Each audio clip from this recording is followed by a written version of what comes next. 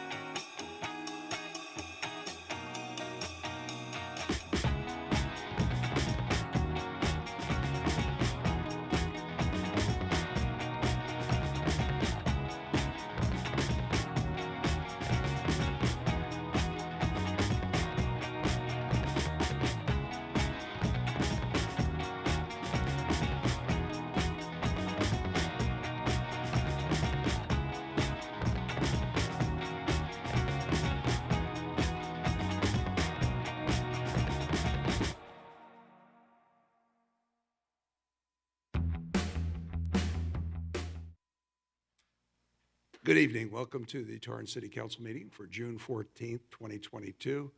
Call the meeting back to order. We've been in executive session. Mr. Chaparro, is there anything to report? Good evening, Your Honor. There is nothing to report. Thank you. Thank you. And as I said, good evening, everyone. This past weekend, my wife Terry and I had the pleasure of attending El Camino College's 75th anniversary Diamond Jubilee celebration concert. Leading up to the concert, students had the opportunity to take part in workshops with working professionals in the industry. Grammy-nominated pianist and composer and alumni David Benoit headlined the concert along with many other talented artists.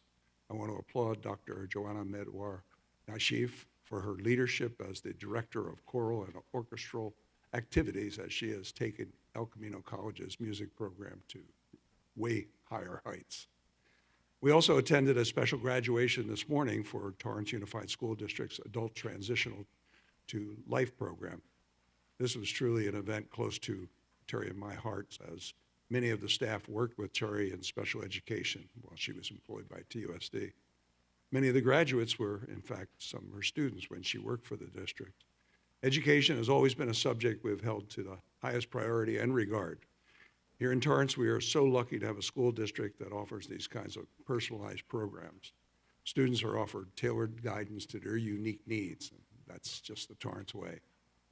Speaking of education, on the heels of several tragic events across the country these last few weeks and several on school campuses, I want to applaud our Torrance Police Department, the Torrance Unified School District, and our local businesses for being proactive, vigilant, and staying engaged with the community.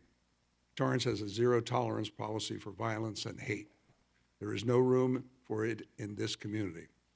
Yesterday, our local authorities and school district officials responded immediately to an incident that posed a potential danger. During the investigation, Torrance officers determined there was no credible threat to students or staff.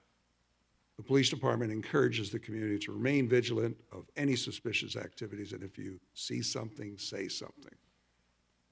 On another note, on Sunday, 20 United States senators, 10 Republicans, and 10 Democrats announced a common-sense bipartisan proposal to protect America's children, keep our schools safe, and reduce the threat of violence across our country. While details are not yet available, on Sunday, the United States Conference of Mayors issued the following statement on behalf of all mayors across this country. As mayors continue to face the devastating impact of gun violence in their cities, we are encouraged that a bipartisan group of senators has heeded the call of the American people and has come together around a set of common sense gun safety principles. While the proposal may not include all that mayors are calling for, it does contain important measures that could save lives. We look forward to learning the details of the agreement and thank the senators for their leadership and commitment to addressing this crisis. Mayors will continue to do all that they can to keep residents safe, and we call on Congress to do the same by considering this legislature without delay. The month of June is LGBTQ Pride Month. We noticed that just a couple weeks ago. It's a time when LGBTQ communities come together, raise awareness, and reflect on the progress made for the human race. Earlier this month, local businesses, owners in downtown Torrance celebrated Pride Month by decorating trees with ribbons in the spirit of support and awareness. Sadly, these ribbons were taken down and removed without permission. While these trees are on city property and it was not a city-sanctioned decoration, this kind of blatant hate and disrespect for members of our community is not to be tolerated. As I mentioned before, there is no place for hate in Torrance. I'm incredibly proud of our residents and business owners for their supportive letters and emails for the LGBTQ community and the disdain for what had happened. In order to overcome our differences, we must exercise understanding and tolerance and come together. It is the foundation to coexisting. I encourage you all to continue to make a positive impact on this community through kindness and compassion. No matter how big or small, that kind of kindness, an act of kindness, can change the world, and we certainly could use more of that. I want to thank everybody for joining us tonight via Facebook, YouTube, live stream, or City Cable. Tonight, we will continue with our hybrid meeting model with City Council and staff meeting in person and the public tuning in remotely. Pursuant to Assembly Bill 361, the City Council and staff may participate in this meeting in person or by teleconference or other electronic means. And in order to protect the public, the City Council and staff, the City Council chamber is closed to the public in the interest of maintaining appropriate social distancing and in order to reduce the risk of spreading COVID-19. The hybrid model of City Council meetings will allow this community to participate from the safety and comfort of their own homes. So it's important to us that you have an opportunity to voice your comments. Public emails will continue to have a deadline of 2 p.m. on the day of the council meeting you wish to comment on. And thank you to those of you who have met today's deadline. They've all been forwarded to the council as supplemental material and will be entered into the public record. Any emails submitted after the deadline will still be added to the public record, but at a later time. For those of you tuning in via Facebook, YouTube, live stream, or City Cable, you may participate by calling into the public input hotline. The number is 310-618-2404, and it will be displayed on the screen. Please be patient when you call in. Be aware that our call center is very busy taking multiple phone calls, so you may get a busy single when call in the first time. If that's the case, we ask you to please try calling back in a moment or two. There will be 2 opportunities tonight for oral communications. And oral communication, you have up to 1 minute per speaker for items not on the agenda and those on the consent calendar for a period up to 15 minutes. Remember, you can participate under oral communications once during the meeting. Also, comments on administrative matters as they are considered, we allow up to 1 minute per speaker. Comments on public hearings, we allow up to 2 minutes per speaker. Staff will notify you when your time begins, and time limits will be strictly enforced to ensure equal opportunity. In fact, it will be cut off automatically by the timer. We request that speakers keep their remarks brief and limited to the topic of discussion. At the end of the meeting, we will have another 15 minutes for oral communication number 2, which will allow up to 1 minute per speaker. City Clerk, have emails received before 2 p.m. today been processed as supplemental material and provided to the council? Yes, Your Honor, they have. Well, thank you. Then we'll move on with the agenda. The first item will be a flag salute led by Councilmember Matucci, followed by an invocation by Councilmember Walzer.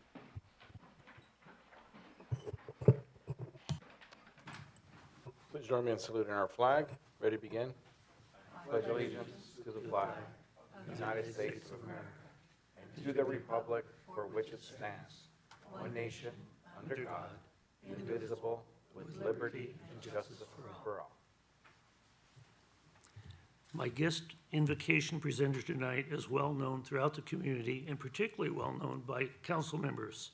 He's a Torrance Cultural Arts Foundation board member, co-chair of the Art Center College of Design Legacy Circle, president and chief design officer of a design company, former bishop for the Church of Jesus Christ of Latter-day Saints, and a Torrance Police Department chaplain.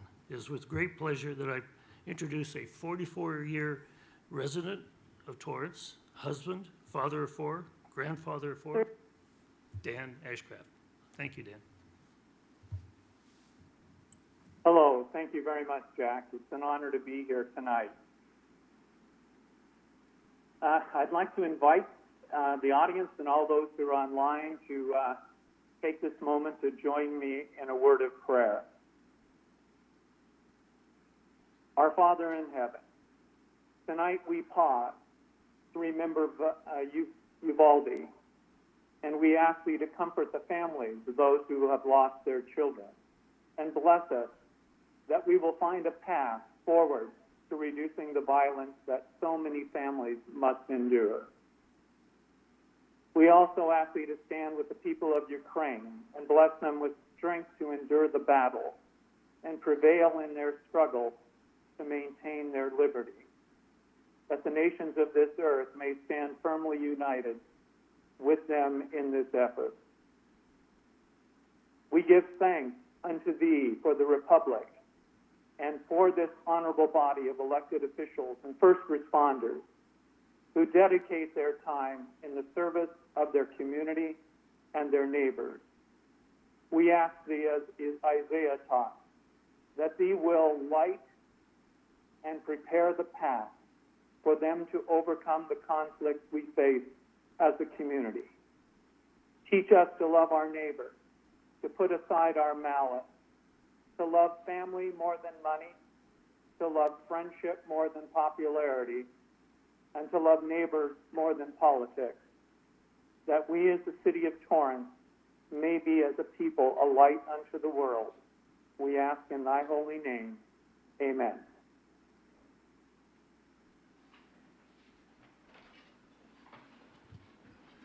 Thank you, gentlemen. The next item on the agenda is a report of the city clerk on the posting of the agenda. Your Honor, this agenda was posted on Monday, June 6th. Thank you. I'll take a motion to waive further reading. So moved. Second? Start voting, please. Your Honor, that motion carried unanimously. Thank you. Announcement of withdrawn, deferred, and/or supplemental items. Thank you, Your Honor. Honor, Mr. City Manager. There are supplemental materials available online on the city website at torranceca.gov for the following items. Item 6C, City Clerk, appoint members to fill commission vacancies and consideration of reappointments. Item 7, Oral Communications. Item 8E, Police and General Services, appropriate asset forfeiture funds, and authorized purchase order to police vehicle outfitting. Item 8F, Police, appropriate asset forfeiture funds, and authorized sole source purchase order for tasers and accessories. Item 8H, City Manager, Human Resources, approve proposed class specification for housing supervisor.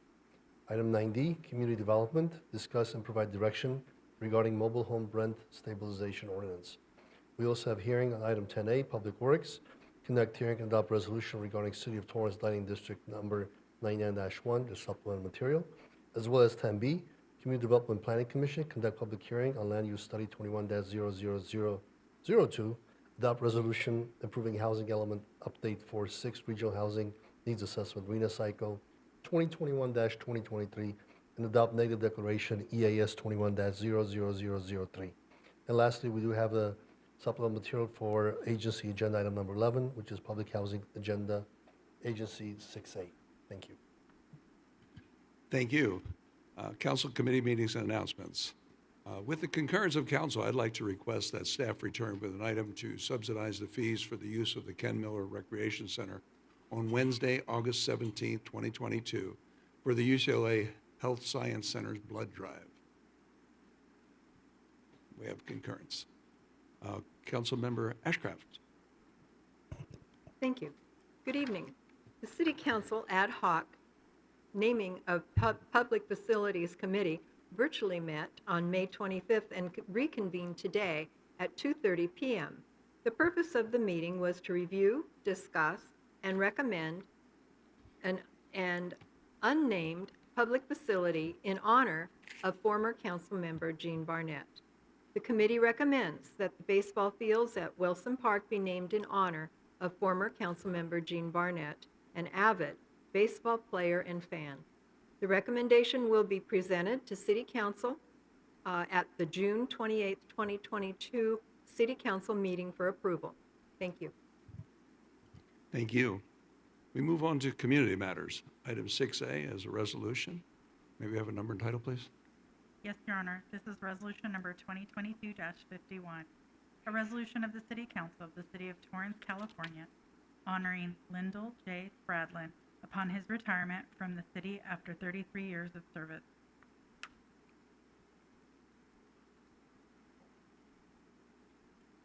I move to adopt resolution 2022-51. Second. Start voting, please. Your Honor, that motion carried unanimously. Thank you. This resolution will be presented at a later date. Moving on to 6B from the City Manager's Office, to an introduction of Jeremy Deming, the new Executive Director of Schweitzer Learning Center.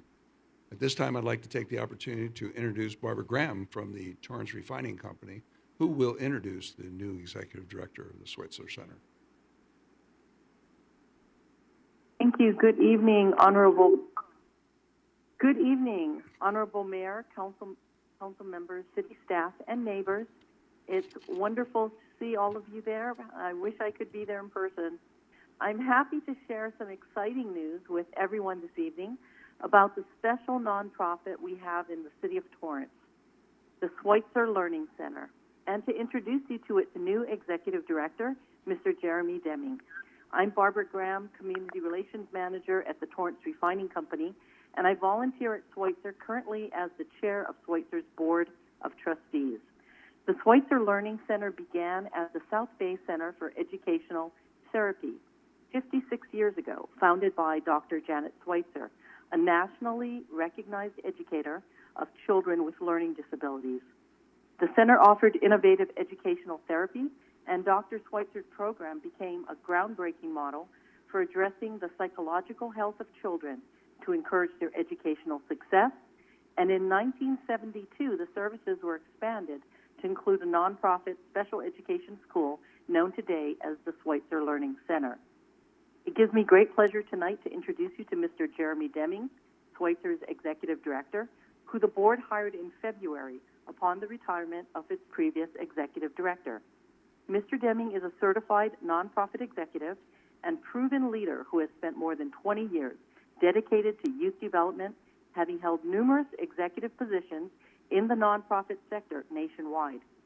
Our board has seen great organizational change and remarkable results in the last 4 months, and we're very excited about the new initiatives he's developing to grow the center. Mr. Deming is creating programs to further develop the students and young people the organization serves.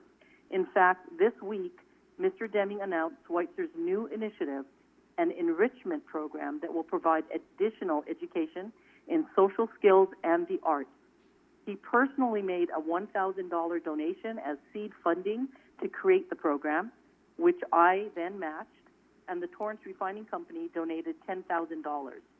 My hope is that others in our community will join our efforts with additional donations to make this new enrichment program a reality for our Schweitzer students.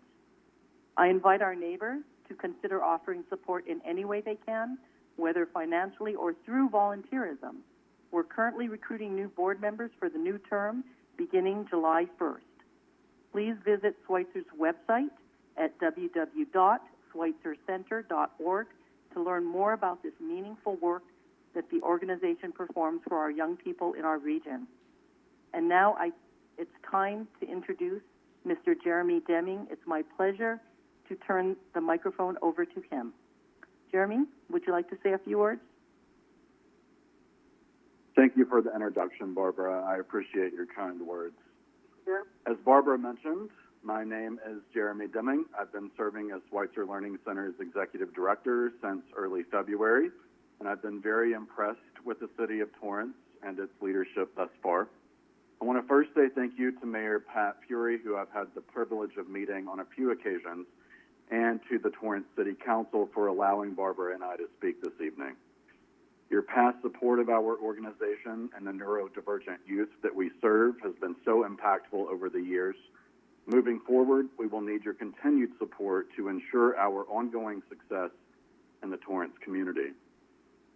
Almost 60 years ago, two women, Dr. Janet Schweitzer and Judy Bork, set out to establish a unique organization in the community of Torrance.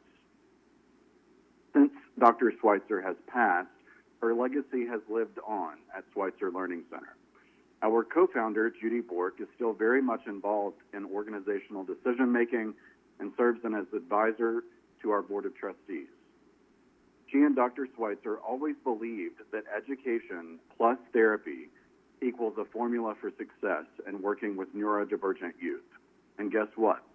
They were right. In fact, 71% of Schweitzer Learning Center graduates with various learning impairments and/or autism go on to complete a college degree or a vocational school program. That's right, 71%. That figure would be impressive for a regular educational institution, but for an organization like Schweitzer, that figure is astounding. I invite all of you to join us on Thursday at 10:30 a.m. at our beautiful Torrance campus to witness firsthand testimony of the impact that we deliver at Schweitzer Learning Center every day. Our 2022 graduating class will be walking the stage to accept their high school diplomas, and share their personal stories of what Schweitzer means to them. It's sure to be an exciting day on campus, so please join us if you can. As Barbara mentioned, Schweitzer Learning Center has identified a core program need for the special education students that we serve. We do a fantastic job of providing therapy and educational services throughout the school day, but we have not been able to fulfill the needs of our kids after school or during school breaks. Adding an after-school enrichment program is a top priority for our dedicated staff team and Board of Trustees. We plan to implement programming inclusive of fine arts, music, and drama programming. In addition, we will be expanding our UCLA-developed Peers program to help students develop social skills to better interact with the world around them. We are grateful for the Torrance Refining Company's recent $10,000 gift, but we need more. Tonight, I am asking the City Council to match Torrance Refining's gift by contributing an additional $10,000 in support to launch this much-needed enrichment program starting this fall. Again, we sincerely appreciate all of your past support of our unique and innovative programming at Schweitzer and hope that you will continue to support our lofty mission in the future. I look forward to meeting more of Torrance's leaders, and I thank you for your time this evening. Thank you, Jeremy, and we look forward to a great relationship with you as time passes on. The next item on the agenda, that takes us to item 7. 8J? No, I'm sorry. 6C, which is the appointment of members to our commissions. Madam Clerk? Thank you, Your Honor. This item is brought before your honorable body to appoint members to fill commission vacancies in consideration of seated commissioners for reappointment. The city clerk is prepared to go out and re-advertise if so directed by the City Council. This item has 4 supplementals. One applicant, Bob Habel, has requested that he only be considered for the Parks and Recreation Commission, and a second applicant, Ryan Widner, has requested to be removed from the appointment consideration. In addition, we have received several correspondence after the posting of the agenda. We do have some commissioner slides, applicant slides rather. Each applicant will speak for 1 minute. Most of them have submitted pictures along with their name while they're speaking, and I'll turn it over to James. Thank you.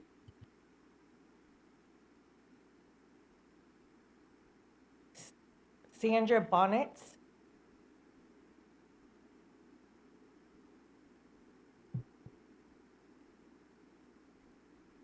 Ms. Bonnet.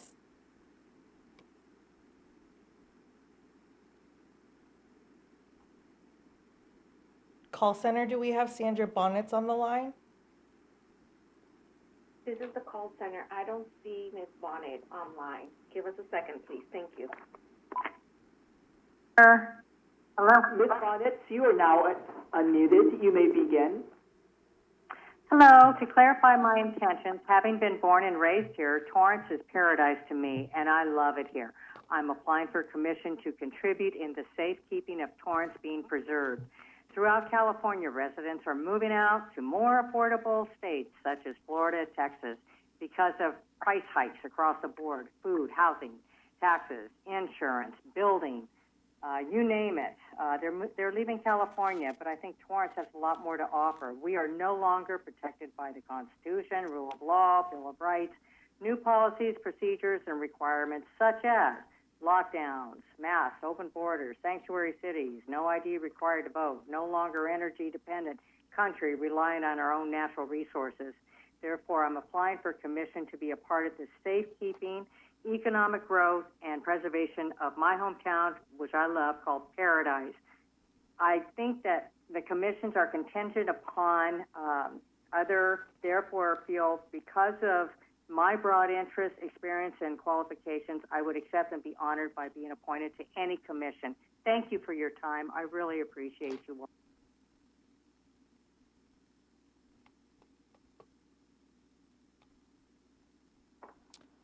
Andres Cabrera.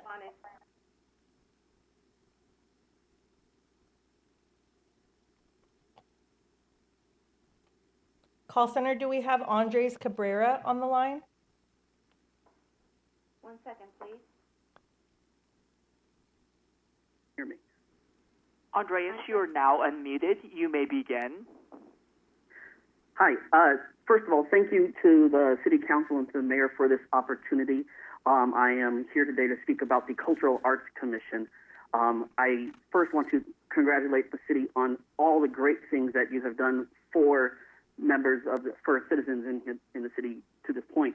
The classes at Armstrong, the performance venues, the public artworks, and my goal, if I am put on this commission, is to improve upon those, to maintain what we have that's working so well for so many of us in the city of Torrance, and to grow those opportunities so that the city of Torrance gains an identity of this is the place in the South Bay if you want to see live art, if you want to see live music, poetry, artworks in a gallery. The place you want to go is Torrance. I think we can do that working closely with businesses, with nonprofits, with the city itself, with our schools, to make something that residents of Torrance can really be.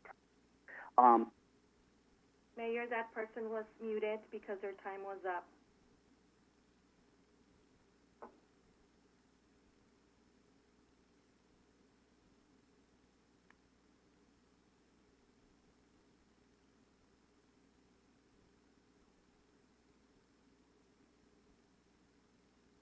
Kayla Carrasco, you are now unmuted. Good evening, Mayor and City Council members. My name is Kayla Carrasco. I'm applying for the position in the Cultural Arts, Planning, and Library. I apologize for my voice, a little bit sick. I grew up in the South Bay. I'm the first in my family to have a university degree from UC Irvine and a law degree from UC Hastings. As much passion as I have for the law, I have equal passion for the arts, higher education, community service, and sharing my passion to those that may not have such an opportunity.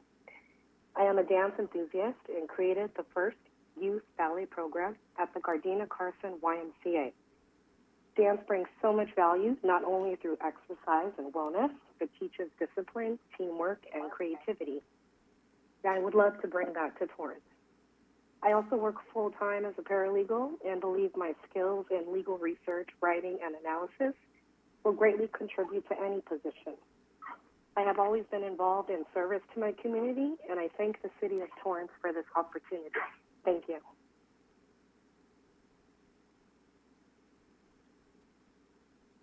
Moving on to the next caller, please hold.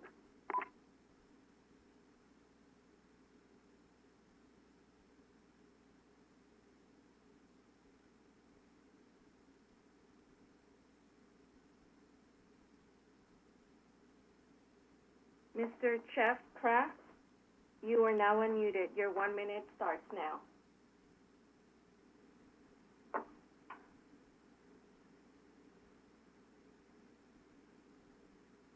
Mr. Chet Kraft, are you online? Your Honor, it seems like this potential commissioner is not on the line. Moving on to the next commissioner.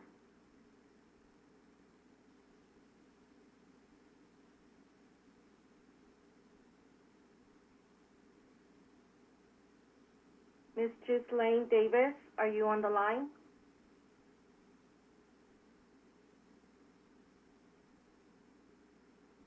Your Honor, it seems like Ms. Davis is not on the line either. Moving on to the next commissioner. Charles Steamer, you are now unmuted. Your 1 minute starts now. Good evening, Mayor Fury and Council. You've seen my application. You know the work I've done in the city for the many years.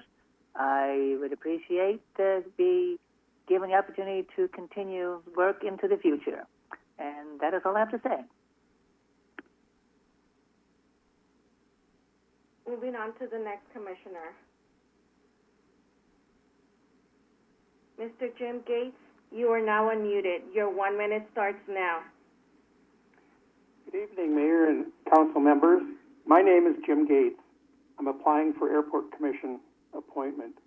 I retired from a 40-year career in the aerospace industry where I was an aero engineer project manager, and director of business development for Boeing's rocket and satellite businesses here locally. I have owned homes in Torrance for 49 years. I served for several years as airport liaison on the Hollywood Riviera Homeowners Association board. I've been an advisor to the Western Museum of Flight for several years.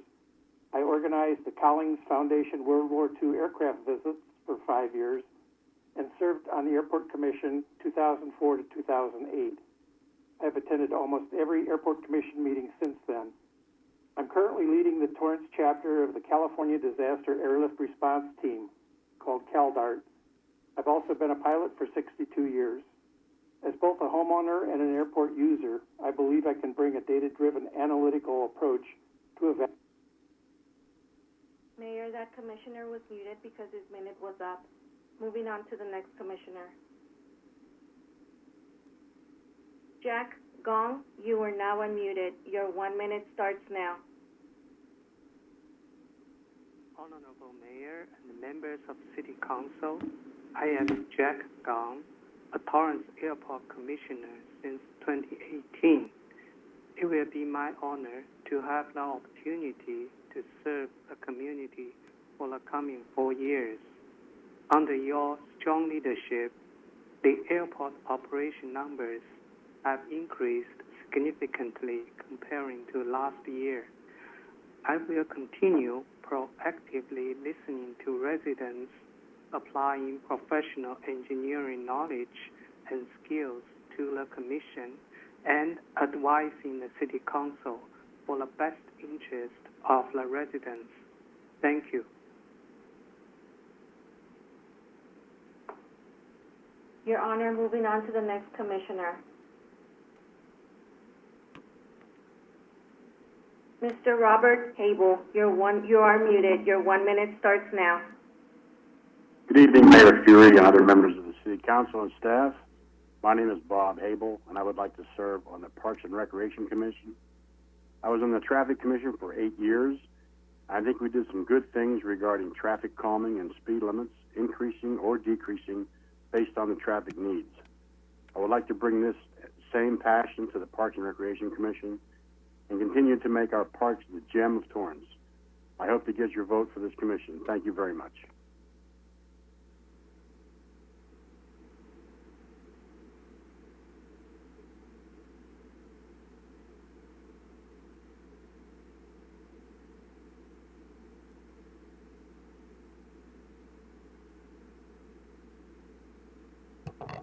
Call center, do we have the next candidate?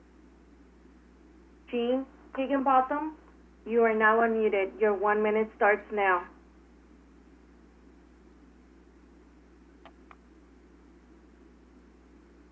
Applicant Jean Higginbotham, are you on the line? I'm here. Your 1 minute starts now, sir. Good evening, Mayor and City Council. I'm Gene Higginbotham, currently serving on the Historic Preservation Commission. I have a passion for historic properties, a passion for the historic district in Torrance and other areas of Torrance. I'm very supportive of the Historic Preservation Ordinance, and I look forward to making it even better than it is.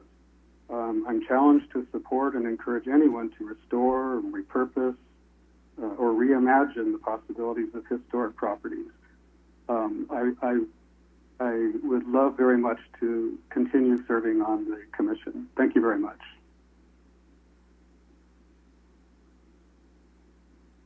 Your Honor, we are aware of skipping Benjamin Gunter. The call center is verifying if Mr. Gunter's on the line. Thank you.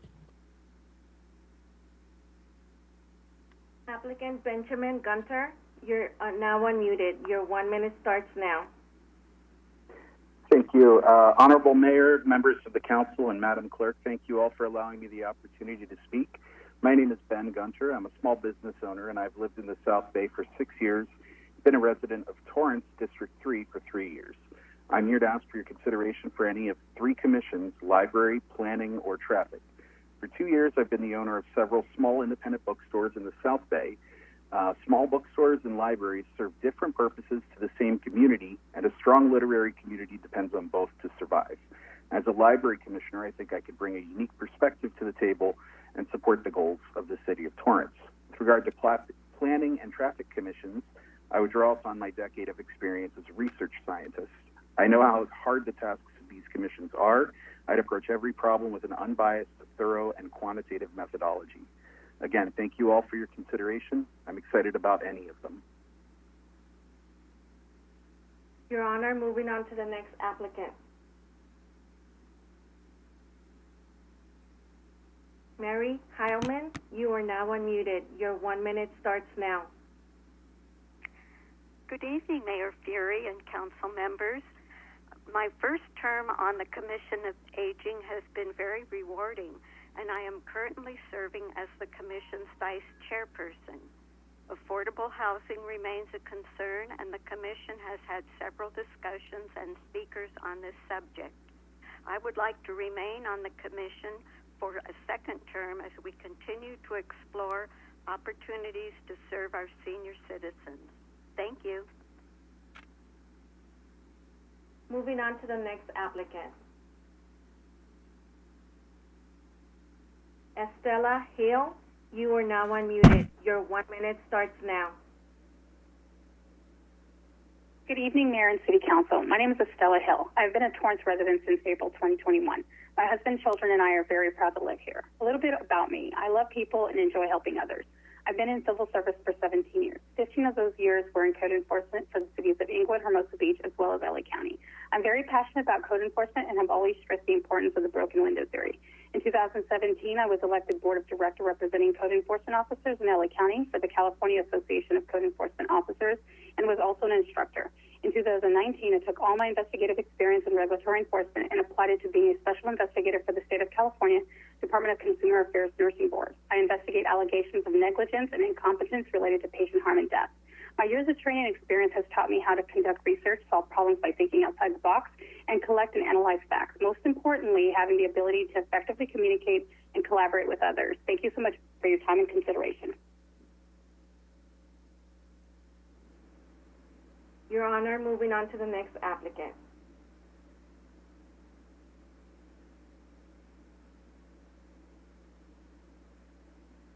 Stephen Shell, you are now unmuted. Your 1 minute starts now. Thank you. Your Honor and Honorable City Council members, my name is Stephen Shaw, and I have been living in the city of Torrance for over 30 years. I'm here to apply for the second term of the Cultural Arts Commissioner. I appreciate the opportunities to serve as a Cultural Arts Commissioner in the last 4 years and 2 terms of the Airport Commissioner since 2010. Over the last 12 plus years, I have had the opportunities to learn and hear different perspectives from the commissioners, city council, city management teams, and the audience. The purpose of the Cultural Arts Commission is to encourage and promote cultural arts activities within the community. The details of my qualification and support to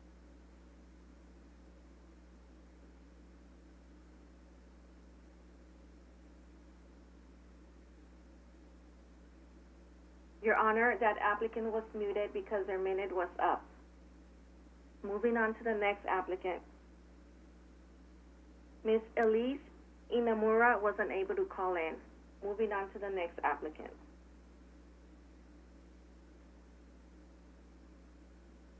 Susan Genruco, you are now unmuted. Your 1 minute starts now. Good evening, Honorable Mayor and City Council members. My name is Susan Gendruco, and I'm a lifelong Torrance resident. Having grown up on many of the programs and services provided by the city, such as the libraries and the parks, I'm now raising my own children in this wonderful city. I was inspired to seek appointment this year because I believe with my experience and skills that I can help Torrance during this unique time, one of moving back to pre-COVID operations, but with a different reality now, particularly a new fiscal reality.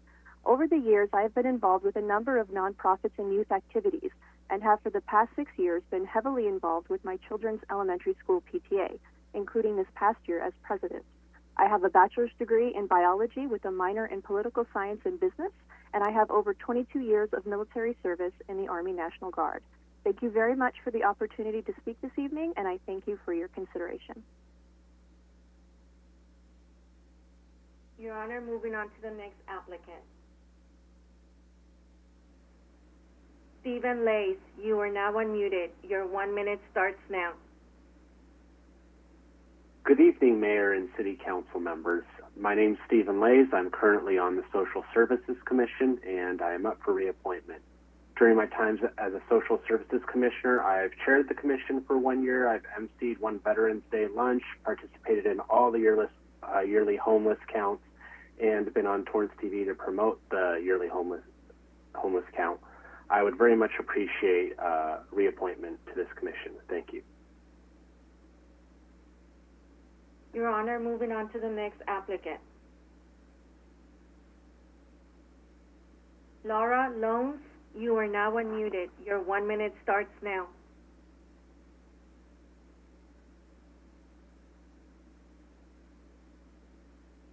Laura Loans, are you still on the line? Good evening, Honorable Mayor and City Council. Thank you for the opportunity to speak to my application to serve on the Civil Service Commission. You will note it's the only commission for which I have applied to serve.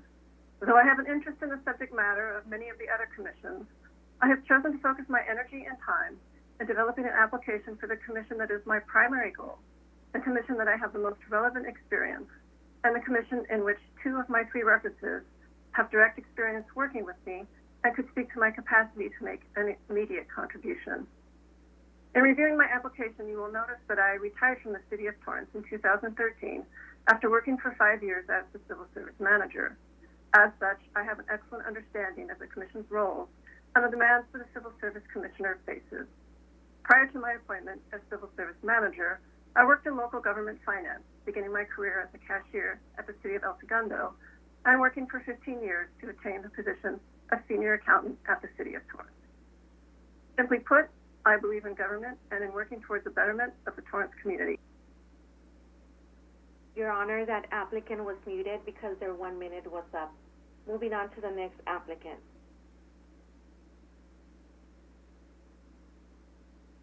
Trisha Minahan, you are now unmuted. Your 1 minute starts now. Good evening, Mayor and Council members. My name is Trisha Minahan. I'm applying for Water Commission. Some of you may remember me from last year. I applied for the same position and lost in a coin toss. As my application indicates, I have a lifelong interest in water management issues. I started my career as a field geologist monitoring contaminated groundwater plumes at Superfund sites. I then migrated towards education, and I currently teach AP Environmental Science at South High School in Torrance. And finally, I'd like to say I'd be honored to serve on this committee. Thanks. Your Honor, moving on to the next applicant. Dora Muhammad, you are now unmuted. Your 1 minute starts now.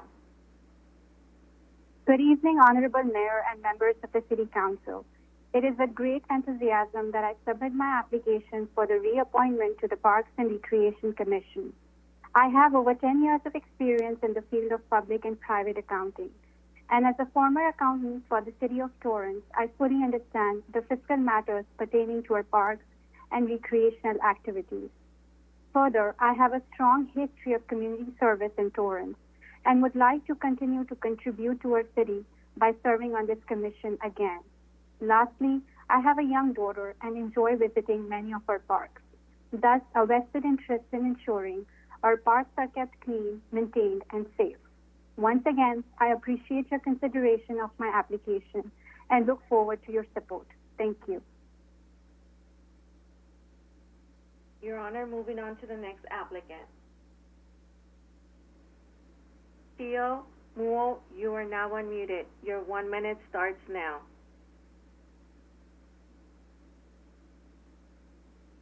Thank you, Mayor and Council members. I wanted to make a difference, and I wanted to make things happen for the beautiful community we live in by doing something meaningful that would have an impact on the lives of others. There are 3 commissions of particular interest to me, and no order of significance. Those commissions are Social Services, Parks and Recreation, and Library Commission.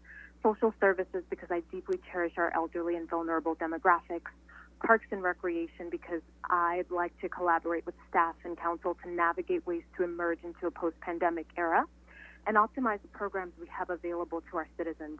And last but not least, Library Commission, because as an immigrant to this country and with English being my second language, the public library is a fond memory from my childhood, and accessibility to books deeply enriched my life.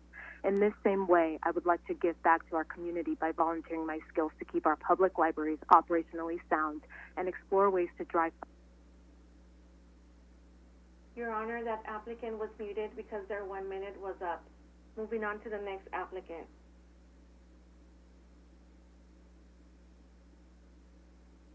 Ryan Rosone was not able to call in. Moving on to the next applicant.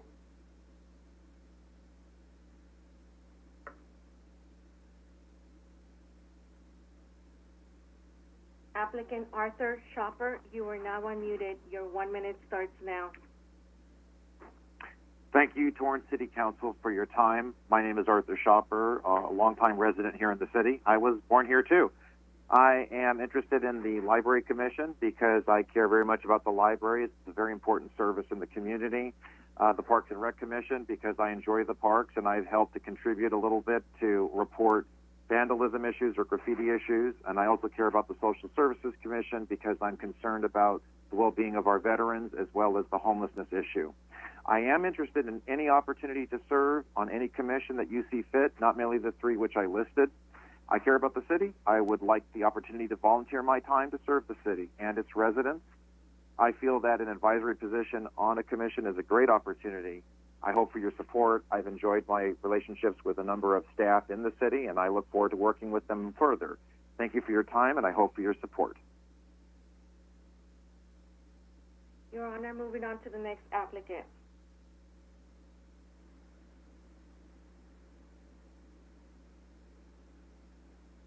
Mr. Ryan Whitner was not able to call in. Moving on to the next applicant.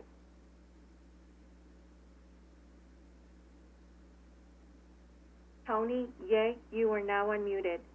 Your 1 minute starts now. Good evening, Your Honor and council members. I'm looking to get appointed for the Planning Commissioner or the Cultural Commissioner. I'm currently serving as the Chair of the Library Commission since 2019. We've done so many great things for the Torrance Library residents. I want to use my skill to help more people in the Torrance City. I have 2 kids I'm raising, and I just want to make the Torrance a better place, being safety first. And with my background in real estate, I want to bring the mix good for the residents as well as for the businesses. And with my background being very honest and integrity, I think this is a role for me to help more people to know Torrance. Thank you so much for your support. Your Honor, moving on to the next applicant. David Ziegelbaum, you are now unmuted. Your 1 minute starts now. Good evening. Thank you so much for the opportunity to serve the community. And my pleasure working with all of you. And I truly appreciate you together. And it's like the table for basketball service.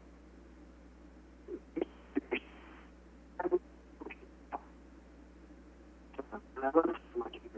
In terms of school year, the appropriation, the last years,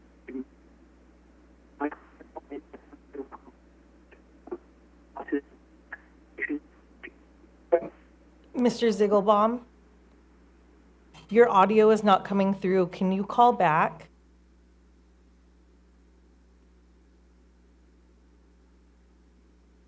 Is this any better? Yes, that's better.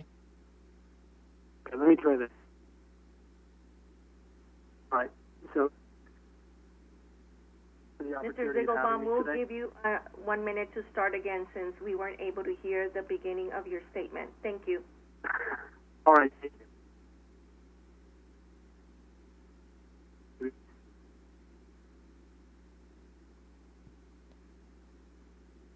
Mr. Ziegelbaum, your audio is not coming through.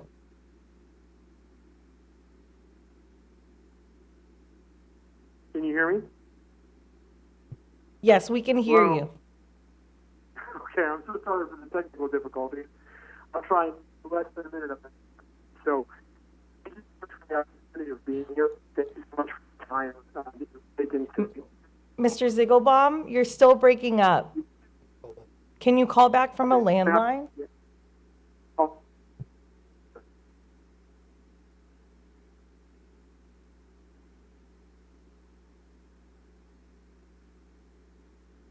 Your Honor, this concludes the names of all the applicants. We will wait for Mr. Ziegelbaum to call back. How about if we wait a minute or so to see if he can get through?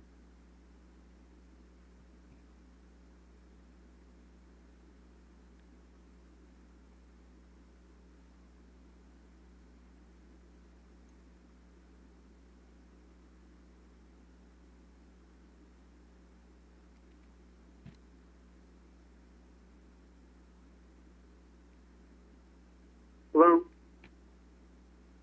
Go ahead. Hi, this is David Ziegelbaum. I'm so sorry for the technical difficulties. So, and I appreciate the time that the council and Mr. Mayor that you've taken to make this determination to consider my application. And Torrance relies on capable and passionate public servants.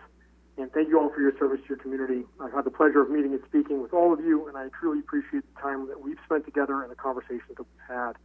I believe that everyone should serve how they're best able. I'm a public servant. I love serving my community. I've had the honor of spending the last 4 years on the Airport Commission, where I've had a fantastic experience. I'm also an experienced deputy district attorney. I've been doing that for 15 years. And my career involves in-depth review of complex information, objective analysis of complex regulations and statutes, and objective application of facts within the law. I always build a universe of data before I make an informed decision, and I do it in high-stakes situations. I have a young and growing family, and I'm looking towards the future of our city. And our city needs servants, and I'm happy to serve in any capacity that the council sees fit. I've applied for the Civil Service Commission because I'm a lifelong litigator, and I've spent a lot of time with statutes, and I'm also a civil servant. So thank you so much for your time and your consideration, and again, my apologies for the technical difficulties. Mayor, this concludes all the callers/applicants. Thank you. Thank you, and thank you to all the applicants for taking the time to apply for a commission, as well as to call in this evening if you had the opportunity, meeting with council members or telephone conversations we have had. Before we get started with the commission, I noticed in reading through my commission book that there are 7 now serving commissioners that have applied for reappointment to their very same commission. Liking the idea that they're traveling in the same pathway on a commission, at this time, I would like to nominate Jack Gong for the Airport Commission, Jess Davis and Mary Heilman for the Commission on Aging, Stephen Sow for the Culture Arts Commission, Jean Higginbotham for the Historical Preservation Commission, Zora Muhammad for the Parks and Rec Commission, and Stephen Lays for the Social Services Commission. And if I could, I would ask for a Your Honor, I just wanted to clarify that Jack Gong would be getting an appointment to a term for 4 years ending in 2026. Okay. And that Stephen Sow would also be getting an appointment through June 30th, 2026. Okay. Thank you. Does the council wish to add any nominees, or can we go forward with the unanimous ballot?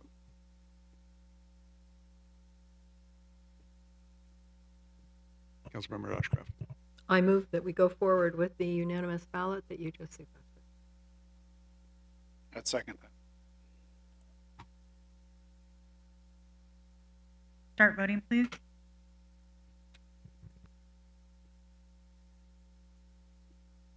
Your Honor, that motion carried unanimously. Congratulations, commissioners, for your start of your second term. Now we go on to the commissions one at a time, but before I get there, I think Councilmember Griffiths has a question or a comment. Yes, I do. Thank you, Mayor.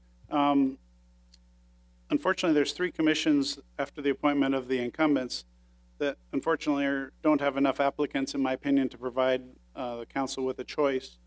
And that would be the Airport, the Traffic Commission, and the Historic Preservation Commission. And so my A recommendation and motion would be that we put those out for reapplication at a future time.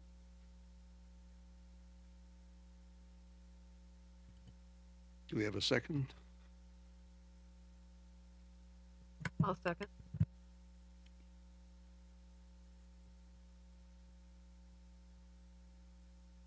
Start voting, please.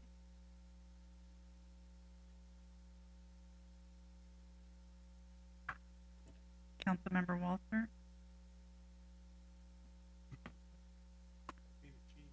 Your Honor, that motion carries with Councilmembers Chen and Walter voting no.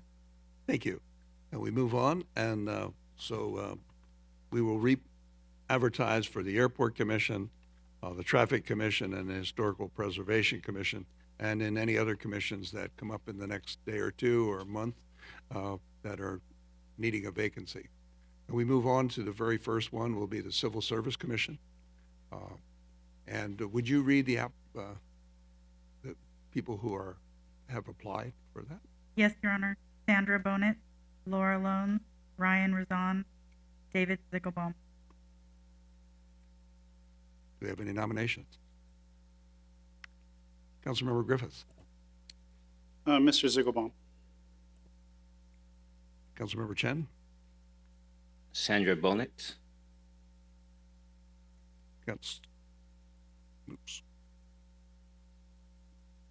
Councilmember Ashcraft. Laura Lones.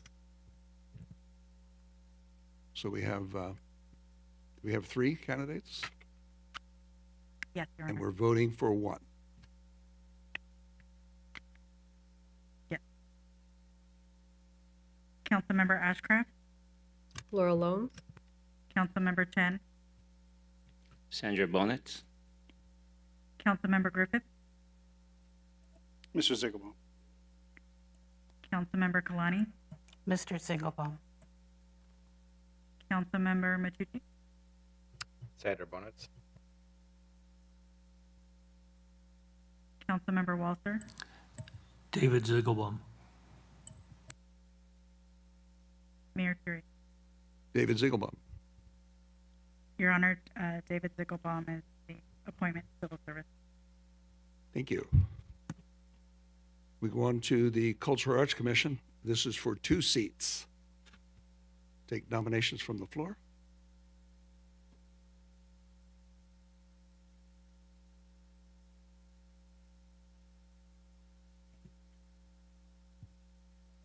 I think Councilmember Ashcraft, you were first, but you hit the wrong button. I'm just learning. Thank you. Andreas Cabrera. Councilmember Griffith. I will nominate Ms. Carrasco. Councilmember Chen. Tony Ye.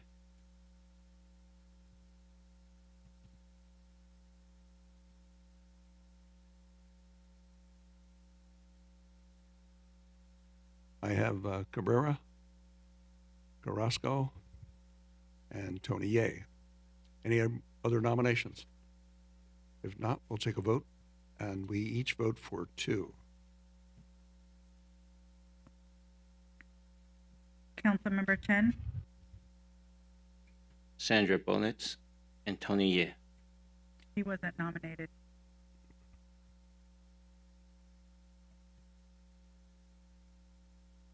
Kayla Carrasco and Tony Ye. Councilmember Griffith. Mr. Cabrera and Ms. Carrasco. Councilmember Kalani. Cabrera and Carrasco. Councilmember Matucci. Tony Ye and Carrasco. Councilmember Walter. Cabrera and Carrasco. Councilmember Ashcraft. Cabrera and Carrasco. Mayor Curie. Cabrera and Carrasco. Your Honor, I have Cabrera with 4 votes and Carrasco with 7 votes. 7 votes. I was right the first time. So Carrasco would get the term ending in 2026, and Cabrera would get the term ending in 2024. Okay. Thank you. We move on to the Environmental Quality and Energy Conservation Commission. We have 3 candidates. I'm taking nominations from the floor. Councilmember Griffiths. Susan Jandrico.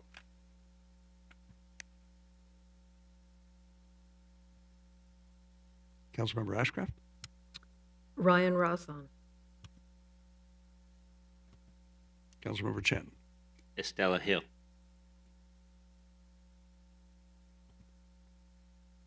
We have 3 candidates and 2 seats. We need 2 votes each.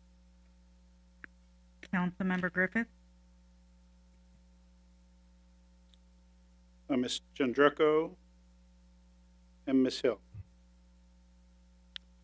Councilmember Kalani, Jandrico and Rawson.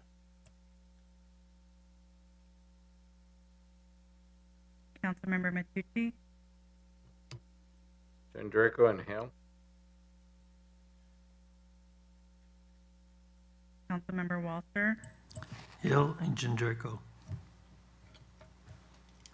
Councilmember Ashcraft, Rawson and Jandrico.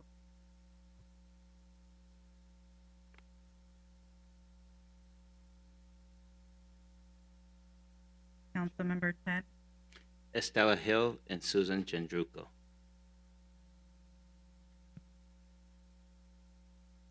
Mayor Fury. Hill and Jandrico.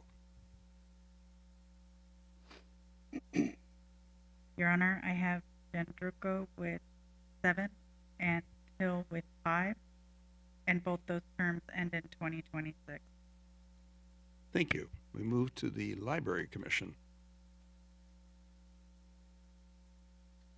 We have 2 seats available and a number of nominees. Would you, I'm sure there's some of these are not eligible anymore. Could you let us yes. know who they are? Yes, Your Honor. Hold on one second, Okay. please.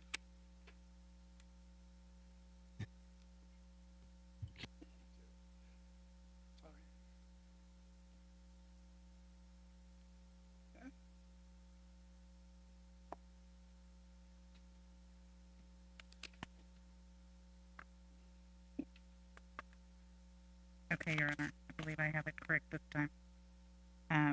Chet Kraft, Benjamin Gunter, Elise Imamura, Chi Mui, Arthur Schopper.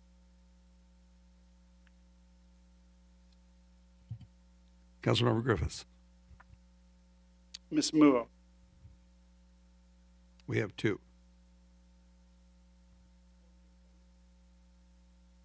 We're not doing nominations. nominations. Is that a nomination? Yeah, it's a I'm nomination. sorry.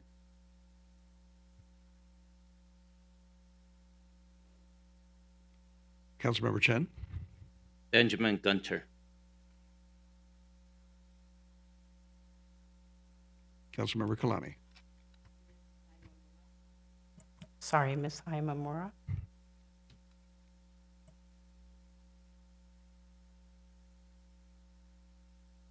I have Benjamin Gunter, Elise Imamura, and Chi Mu. Any other nominations? Seeing none, we'll take a vote. We have 2 votes each. Councilmember Ashcraft, Chi Mu and Benjamin Gunter.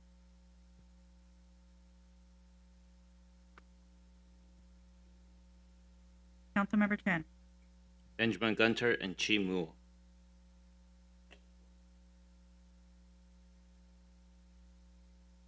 Councilmember Griffith, Ms. Muo and Mr. Gunter. Councilmember Kalani, Gunter and Imamura.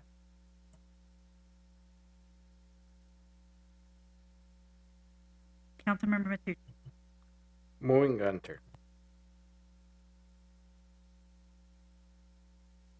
Councilmember Walter, Benjamin Gunther, and Elise Imamura. Mayor Fury. Benjamin Gunter and Chimu. Benjamin Gunther got 7 votes, and we got 5. So Benjamin will get the 2026 term, and he will get the 2024 term. Thank you. On to the Parks and Recreation Commission. We have 3 seats available. Would you advise us who is available? Your Honor, Chet Kraft, Robert Habel, Elise Imamura, and Arthur Schopper.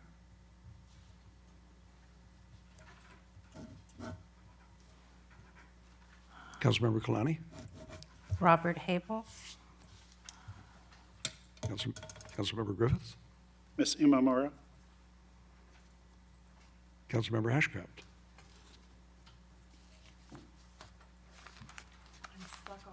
I'm stuck. Could you read those again, please? Yes, Ms. Ashcraft. Chet Kraft, Robert Habel, Elise Imamura, and Arthur Schopper. Okay.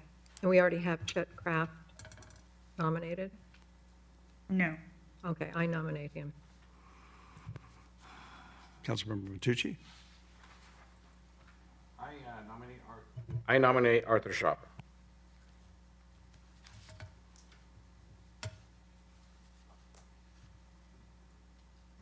Any other nominations? Seeing none, we have Chet Kraft, Robert Habel, Elise Imamura, and Arthur Schopper. Take a vote. This time we vote for 3. Councilmember Ashcraft. Chet Kraft? Oh, yeah, that's right, we're down to 2. Oh, yeah, we're only voting for 2. That's My right. bad. Okay, so it's 2. Thank you, Patrick. Okay. I say Chet Kraft and Bob Habel. Councilmember Chen. Chet Kraft and Arthur Schopper. Councilmember Griffith. Ms. Imamura and Mr. Habel. Councilmember Kalani. Habel, and Imamura.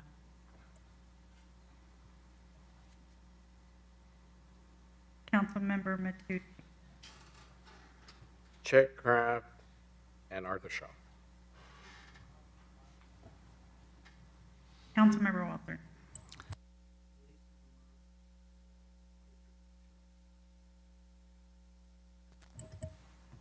Mayor Fury.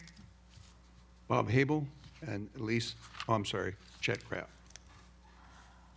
Your Honor, I have Chet Kraft and Robert Habel, each with 4 votes.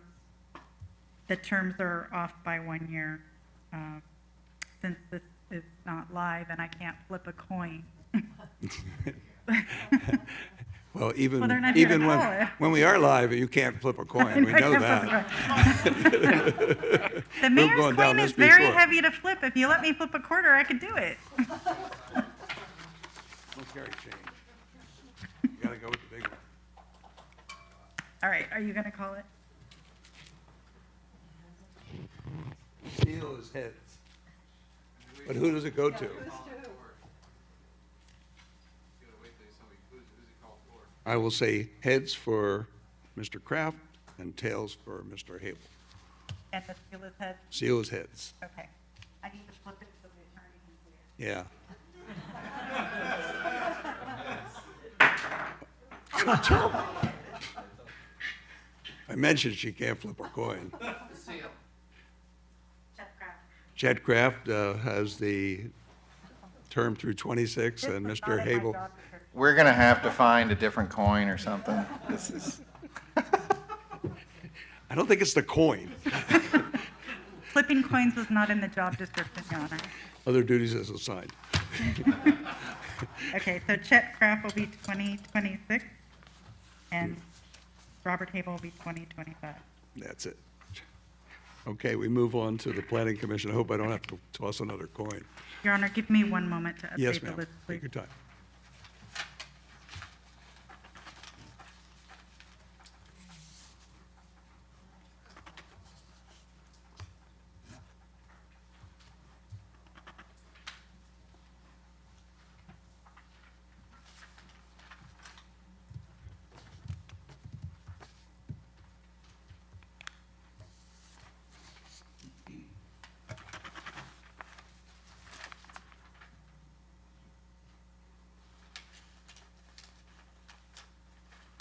Okay, Your Honor, I believe I'm ready. This is for one seat. Charles Deemer, Ryan Razan, Tony Ye. Charles Deemer, Ryan Razan, and Tony Ye. We have one seat. I'll take nominations from the floor. Councilmember Ashcraft. Ryan Rosan. Councilmember Chen. Tony Ye.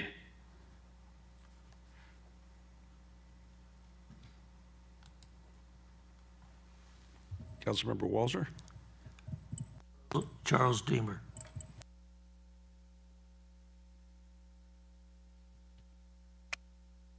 We have three nominees and one seat. We'll take a vote, one each. Councilmember Ashcraft, Ryan Rosan. Councilmember Chen, Tony Ye. Councilmember Griffith, Mr. Razan. Councilmember Kalani, Tony Ye. Councilmember Matucci, Tony Ye. Councilmember Walter, Charles Deemer. Mayor Fury. Tony Ye. Your Honor, Tony Ye.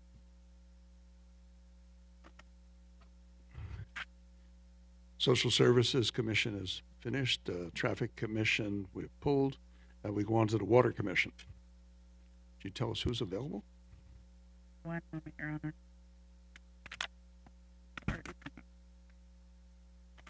Your Honor, there is one open seat and two applicants, Charles Deemer and Tricia Minahan.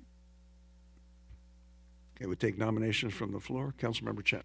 Charles Deemer. Councilmember Ashcraft. Tricia Minahan. Okay, we have Charles Deemer and Tricia Minahan. This is for one seat, so we each get one vote. Take a vote. Councilmember Ashcraft, Tricia Minahan. Councilmember Chen, Charles Deemer. Councilmember Griffith, Ms. Minahan. Councilmember Kalani, Deemer. Councilmember Matucci, Charles Deemer. Councilmember Walter, Charles Deemer. Mayor Fury. Charles Deemer. Your Honor, Charles Deemer.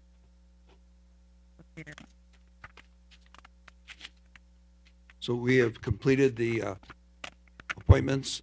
The city clerk will be in touch to swear you in and to get you to sign the appropriate documentation. To everybody who has applied and was not selected this time, I encourage you, please apply again. As I've told everyone I spoke with, that there's very few positions that were available and so many people who are willing to step forward. But as you heard earlier tonight, we will be re-advertising for a number of the commissions, and we encourage you to please submit your application because we need good commissioners, and everybody who has applied, you have the ability, the skill, and the knowledge to serve us, and we look forward to you serving the city of Torrance. Your Honor, would you like to take a motion to ratify the appointment? We can do that. Thank you. Ratify with the unanimous ballot. Yes, Your Honor. Take a motion. I move to ratify the appointments that we've determined. Second. Start voting, please.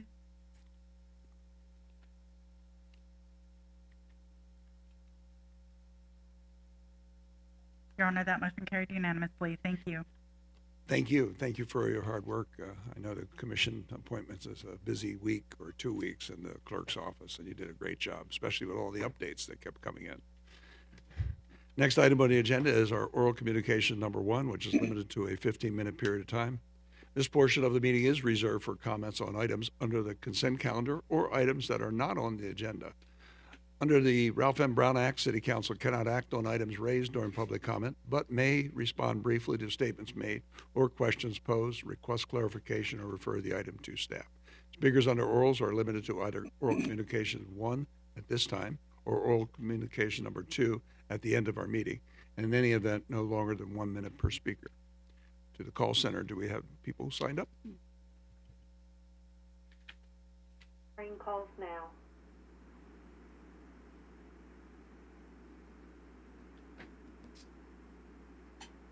And Vasquez, you are now unmuted. Your 1 minute starts now. Did you say Vasquez? Vasquez, yes. Good evening, gentlemen. I live on 2409 West 270, I forgot. I live pretty much corner of Pennsylvania and Sepulveda Avenue. There's the Wendy's where my balcony overlooks. They get deliveries at wee hours of the night. I've been calling the police department ever since early 2020, right after they opened their business in 2019. The police department are sick and tired of coming and not being able to get any results. I've been suggested to talk to Officer Leelander. I made numerous attempts. I've done everything within my power to contact the Wendy's Corporation, to contact the owner of the establishment. And the recent one was on the 10th when the officer came. He says, from here on, we're going to start to cite the drivers. They come to the site. They come at wee hours of the night, 1 o'clock in the morning, 2 o'clock in the morning, 4 or 5 o'clock in the morning. They're pumping their spent oil. Please, please help us and do something in this regard. I would appreciate it. Thank you. Thank you, sir. I would ask you to send an email to to City Council at torranceca.gov. Each of us up here will get a copy of it, and we'll be able to proceed, okay? Next. Thank you, Your Honor. Moving on to the next caller. Sarah B., you are now unmuted. Your 1 minute starts now. I'd first just like to say that at the beginning of this meeting, you condemned white supremacist individuals who plan to attack a pride parade. The residents, your future mayor, Chen, as well as the council member Matucci, just tried to appoint Arthur Shaper as a commissioner, who is a known white supremacist, even disavowed by the Republican Party and is part of official anti-LGBTQ hate groups. I'm also calling on behalf of the loved ones of Christopher DeAndre Mitchell, who still, all these years later, have not had their demands met. Their demands are to fire the officers that killed Christopher, which are Anthony Chavez and Matthew Concannon, who are also involved in Torrance's racist police texting scandal. And the other demand is to create a civilian oversight commission for Torrance. Having SB2 does not mean you get a free pass on having a civilian committee for your city. For 8E and 8F, this is just more and more money going into a police department for which you don't provide any accountability besides lip service. I get that tasers are less. Mayor, that caller was disconnected because their time was up. Moving on to the next caller. TJ, you are now unmuted. Your 1 minute starts now. Yes, can you hear me? Yes, sir. Please proceed. Okay, yeah, what the fuck? Councilmember Matucci and future Mayor Chen, you actually just voted to have a member of an anti-LGBTQIA group, a white supremacist, longtime anti-immigrant and nationalist activist Arthur Shaper on your commission? What the fuck? You both are voting to add a white nationalist to your commission. It's shocking. You both need to retire. Chen, you as the next potential mayor, shame on you, you piece of shit. And don't you think it's about time to fire the 3 officers who killed Christopher DeAndre Mitchell within 60 seconds of approaching him? Fire Anthony Chavez, Anthony Concannon, and Brian Kawamoto. Create an independent civilian oversight commission. Show that you care about black lives in Torrance. The community has been begging for years. And you all sit there protected by your blankets of white supremacy. Mayor, that caller was disconnected because their time was up. Moving on to the next caller. Michelle R., you are now unmuted. Your 1 minute starts now. George Chen, you're the projected next mayor of Torrance, and you just voted for a locally disgraced, well-known fascist and neo-Nazi for the Library Commission. This is sickening, and you're unfit to lead.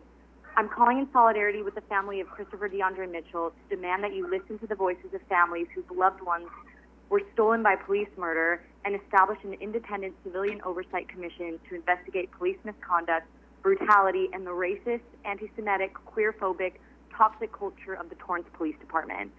We command that you fire all of the officers involved in the hateful, bigoted messaging scandal and prosecute all offending officers for their flagrant discrimination and heinous hate crimes. We know that Matthew Concannon, murderer of Christopher DeAndre Mitchell, exchanged texts about lies he told in the deposition he gave about the shooting. This disgusting admission confirms his premeditated murder of Christopher, unveiling his outright racism and hatred of the BIPOC community. Stop funding. Mayor, the caller was disconnected because their time was up. Moving on to the next caller. Marianne D., you are now unmuted. Your 1 minute starts now. Yeah, so Chen and Matucci, you know, I've been coming to these meetings for a long time, so that move was a little on brand, wasn't it? But we see you voting for white supremacists, white nationalists, anti-Semitic, anti-LGBTQ, violent people. And so, you know, let it be known. I mean, you did it out in the open. Anywho, there you are. So then, additionally, let's talk about what else you don't do, like fire the officers, Anthony Chavez, Matthew Concannon, Brian Kawamoto, so as to hold them accountable for murder, harassment, vandalism, racist, anti-Semitic, homophobic actions and texts. And then somehow you seem to work really hard to dodge the easiest thing to do, which is establish an independent civilian oversight commission. I mean, God, you got to be working 24/7 to avoid that opportunity that's staring you right in the face. And Mayor, that caller was disconnected because their time was up. Moving on to the next caller. Porkchop, you are now unmuted. Your 1 minute starts now. Hi. I would like to tell you guys how sad I am that Patrick Furry's mayor tenure coming to a end and calling for a huge celebration when this happens, because we have to celebrate that our leader, Pat Furry, brought us to the number 4 position, and Torrance is almost bankrupt, and we had this hate crime in a beautiful city, what is tolerant and friendship and everything, and people coming to my house, throwing eggs at my house and banging on my window. That's a great achievement, Pat Furry. Also like to congratulate Pat Furry pushing through the SST measure so all of us can pay higher taxes, because that's going to save the city. That's going to save the city, and that's going to make our... Mayor, that caller was disconnected because their time was up. Moving on to the next caller. Pat B., you are now unmuted. Your 1 minute starts now. I'm calling to demand that you establish an independent civilian oversight commission for Torrance Police and fire all officers involved in the racist, queer, antagonistic, and anti-Semitic messaging scandal, including Christopher DeAndre Mitchell's killers, Anthony Chavez and Matthew Concannon. It is ludicrous to hear Fury condemn the planned white supremacist attack on a pride event while the city continues to employ non-white supremacist queer antagonists in its police force, when items 8E and 8F on today's agenda propose to give even more money to this bigoted police force for car outfitting and tasers to attack community members, and when Matucci and Chen just voted for a known white supremacist, Arthur Schaefer, to be on the library commission. So what? So he can ban all the books for queer people and black people and people of color, so your city can stay even more fucking racist and ignorant than it already is? This council reeks. Mayor, that caller was disconnected because their time was up. Moving on to the next caller. JL, you are now unmuted. Your 1 minute starts now. I want to acknowledge how you guys had openly missed the slaughtering of 10 black folks in Buffalo. You did not acknowledge that in your opening statements, and I want to acknowledge that that is how you guys operate in Torrance. You absolutely overlook and deliberately overlook black bodies all the time. But as you can see, that we are going to continue to call and demand for you guys to do the bare minimum, which is to establish a civilian oversight of your horrific white supremacist police department, fire the officers who murdered Christopher DeAndre Mitchell. That should have been done yesterday, but we are still going to fight for that. So I hope you guys are listening. The people who are now in new positions, let it be known that we are not going to stop. You can overlook, deliberately not speak. Mayor, that caller was disconnected because their time was up. Moving on to the next caller. Michael H., you are now unmuted. Your 1 minute starts now. Y'all are just ran with white supremacy, hiring white nationalists, not acknowledging what happened in Buffalo, and we are not going anywhere. We are demanding that, uplifting that y'all create an independent oversight commission, fire the officers involved in the messaging scandal, especially those responsible for the murder of Christopher DeAndre Mitchell, Officers Anthony Chavez and Matthew Concannon. Fuck all y'all. We ain't going anywhere. I yield my time. Mayor, that caller disconnected themselves. Moving on to the next caller. Carol G., you are now unmuted. Your 1 minute starts now. Hi, guess what? It's the Torrance Theater Company, and we're coming back live. And we're coming back live to the Armstrong Theater starting August 6th. It's Saturday, August 6th, and we're going to be performing The Addams Family. And, you know, with Lurch and Morticia and Gomez and Wednesday. So you don't want to miss that one. On August 11th, Thursday night, there's actually what's going to be a Moonlight Madness where you can come dressed up in costume and you can get to speak to the cast members after the play. So pick up your tickets starting next Monday, the 20th. You can either go to the Armstrong box office or go to the website, www.torrancetheatercompany.com, and hit the button for the Addams Family. We look forward to seeing you then. Thank you. Mayor, this concludes the callers for oral communications number 1. Thank you. Thank you. We will now move on to the remainder of the calendar. Item 8 is our consent calendar. Do any council members wish to pull any items listed on the consent calendar? I see no one asking, and no one from who called in had any comments, so I'll take a motion to approve the consent calendar in its entirety. Motion to approve the consent calendar in its entirety. I second that. Start voting, please. Your Honor, that motion carried unanimously. Thank you. That brings us to item 9A from Finance to adopt a resolution approving a fiscal year 2022-23 appropriations limit and selection of annual adjustment factors from staff. Council, Joe Pham with the Finance Department. Item 9A is the recommendation of the Finance Director that Council adopt a resolution approving the City of Torrance appropriations limit for fiscal year 2022-23, also known as the GAN Initiative. Proposition 4 of Article 13B of the California State Constitution mandates government entities set a spending limit on revenues collected from taxes, which the city prepares each year. Proposition 111 grants cities the option to choose a population factor and a price factor in the calculation of the appropriations limit. Each year, the city then increases the prior year's appropriation limit by this factor.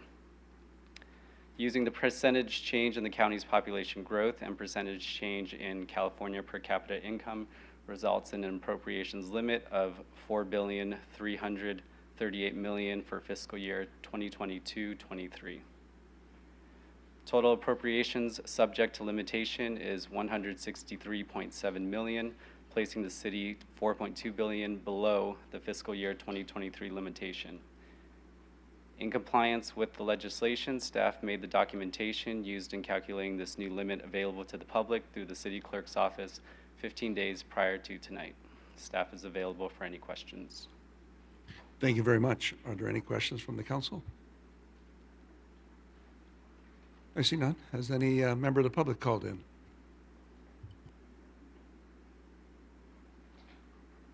Mayor, we don't see any callers for items 9A. Thank you. Well, in that case, I'll ask the clerk, may we have a number and title, please? Yes, Your Honor. This is resolution number 2022-52, a resolution of the City Council of the City of Torrance, California, approving the 2022-23 appropriations limit and selection of the annual adjustment factors for the same fiscal year. I move to adopt resolution 2022-52. I second. Start voting, please. Your Honor, that motion carried unanimously. Thank you. Next item on the agenda is item 9B from the Transportation Committee. Turn the meeting over to Councilmember Matucci. Thank you.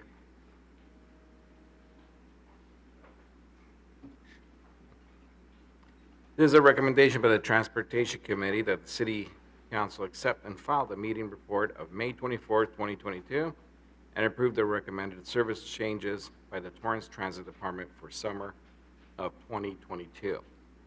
On May 24th, 2022, the Transportation Committee met to discuss the current and upcoming projects relating to the public transportation in the City of Torrance and the South Bay region. City staff provided an update on the construction of the Mayor K. Giordano Regional Transit Center. There is one correction to the staff report based upon recent updates since the meeting. Due to the current material delays and supply chain shortages, the grand opening is being rescheduled for a later date and time to be determined. Transit staff also presented an in-depth analysis of the 2022 summer service changes. If approved by council, these changes will go into effect once the Giordano Regional Center is operational. LA Metro staff presented updates on the C line extension to Torrance and the new Crenshaw to LAX K line operating plan.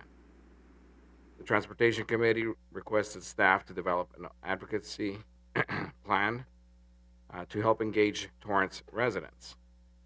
To that effort, Metro continues to perform community outreach and public comment on both projects this summer. Thank you. Thank you. Are there any questions from the council? Public comment. I see none. Is there any callers at the call center on item 9B as in Bravo? No callers in the call center, Mayor, for item 9B as in Bravo. Thank you. In that case, I'll take a motion to accept and file the May 24th, 2022 meeting report and approve the 2022 summer service changes. So moved. I second.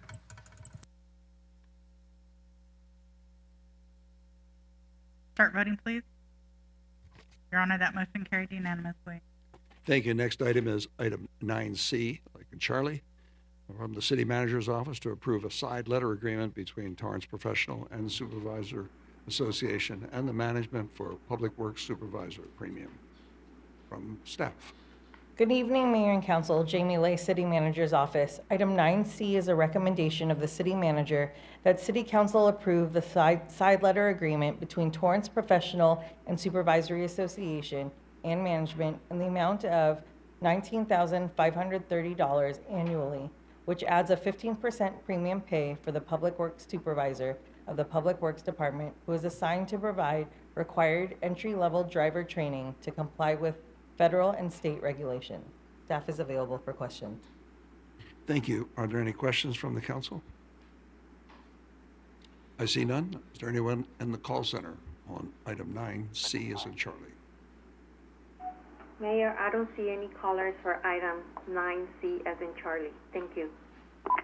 In that case, I'll take a motion to approve the side letter agreement between Torrance Professional and Supervisors Association and management for the Public Works Supervisor Premium. I move to approve item 9C. Second. Start voting, please. Your Honor, that motion carried unanimously. Thank you. Next item on the agenda is item 9D, as in David, from Community Development, to discuss and provide direction regarding our mobile home rent stabilization ordinance. Ms. Ramirez. Good evening, Your Honorable Mayor, members of the City Council, Michelle Ramirez, Director of Community Development.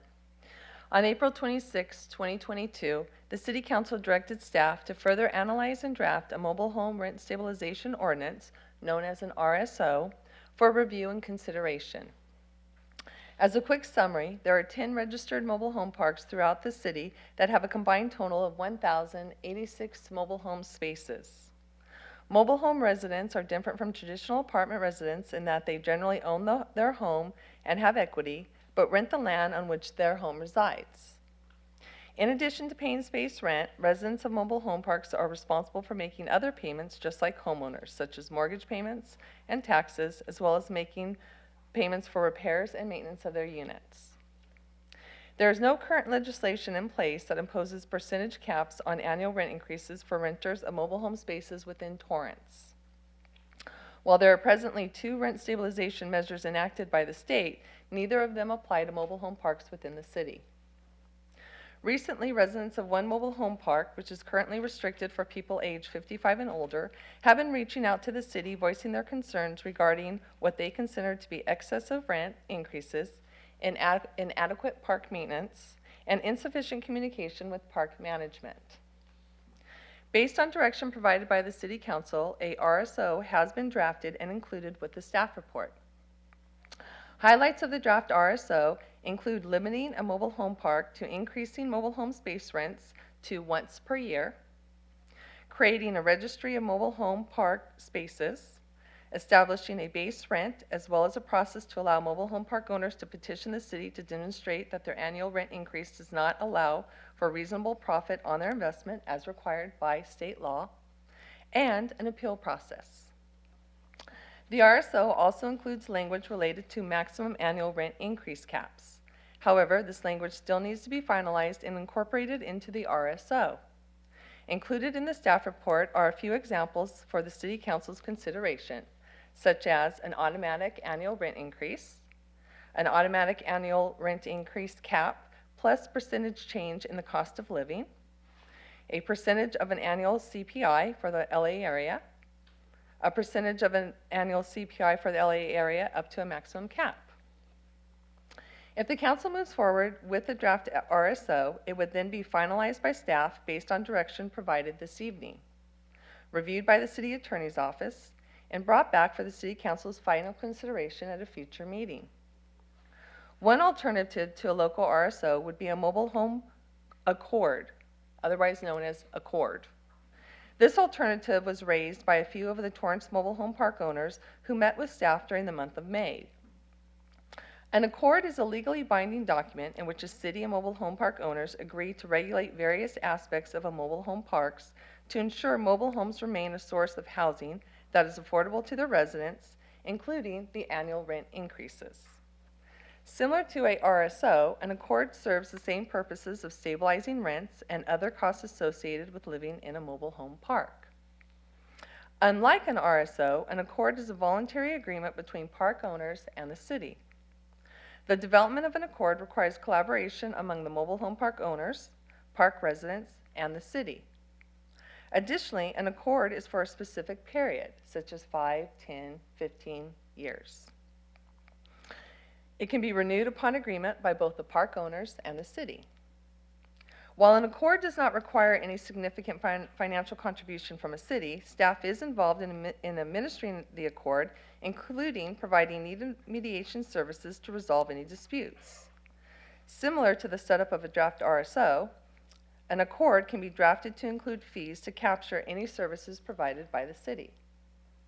A few cities within California that have selected to enter into an accord instead of adopting a formal RSO include San Dimas, Vista, Rancho Cucamonga, and Sunnyvale. A second alternative would be for staff to continue working with the city state lobbyists in requesting that the mobile home parks within Torrance be included in AB 978. I would also like to note that staff has recently been in communication with the representatives for the owners of Skyline Mobile Home Park. The representative has expressed his desire to work with the city and residents of the mobile home park. As a show of good faith, the city just received an email from the representative indicating the park owner's willingness to extend the upcoming June 30th rental increase by 90 days to allow time for the park ownership to work collaboratively with the city and residents to address their issues outlined in this staff report. It is the hope of the park ownership that the City Council would postpone any decision this evening to allow all parties to work together over the next 90 days and hopefully be able to work out an agreement that is satisfactory to all parties. Staff would be supportive of this request. That concludes staff's presentation. If any members of the honorable body have questions, I'd be happy to answer them. Thank you. Thank you. Councilmember Ashcraft has a question or comment. No, not a question, a statement. I'd like to disclose that I had a phone call from Mr. Michael D. Virgilio, who is a representative of Skyline Park, and I want to say that he talked, I listened, and will have no bearing on what I decide tonight. Thank you. Well, thank you for the disclaimer. Councilmember Kalani. Thank you, Mayor, and thank you very much for this in-depth report and your time to speak with me. I just wanted to make one comment. I appreciate the mobile home park owner in delaying the price or the rent increase, and I also appreciate the fact that they want to sit down and talk. So just to be clear, that'll give time for the residents, the park owner, and the city to work together to try to come to some mutual agreement. Is it correct? Correct.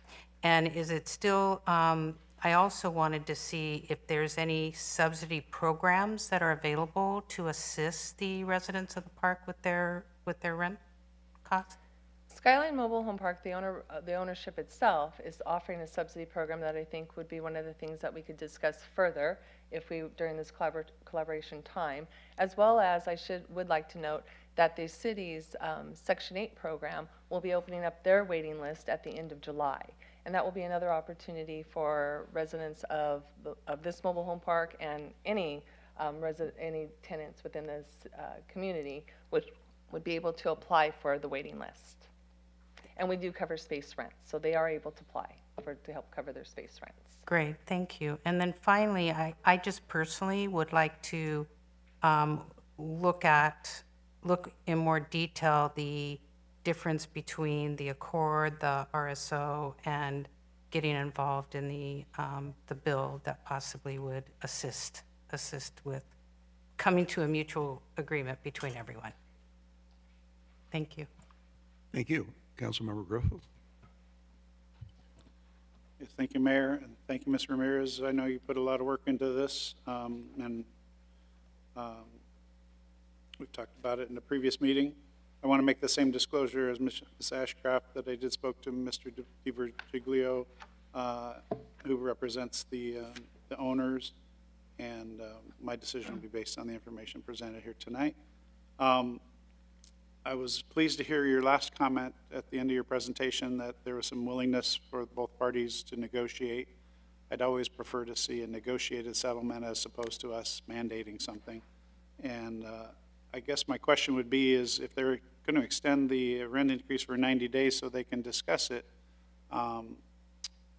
if they end up not doing something that's agreeable to both parties, will we still have the option to come back and make another plan that may override that decision?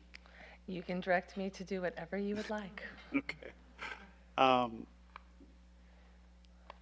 right. I have a lot of questions still, but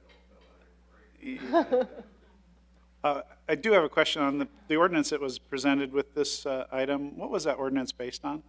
It was actually based on several different ordinances that have been successful in California. So it's not just one ordinance. I was looking at several of them, taking the best out of each of those and putting them into one that I thought would try to cover everything that we would hope to cover in our community.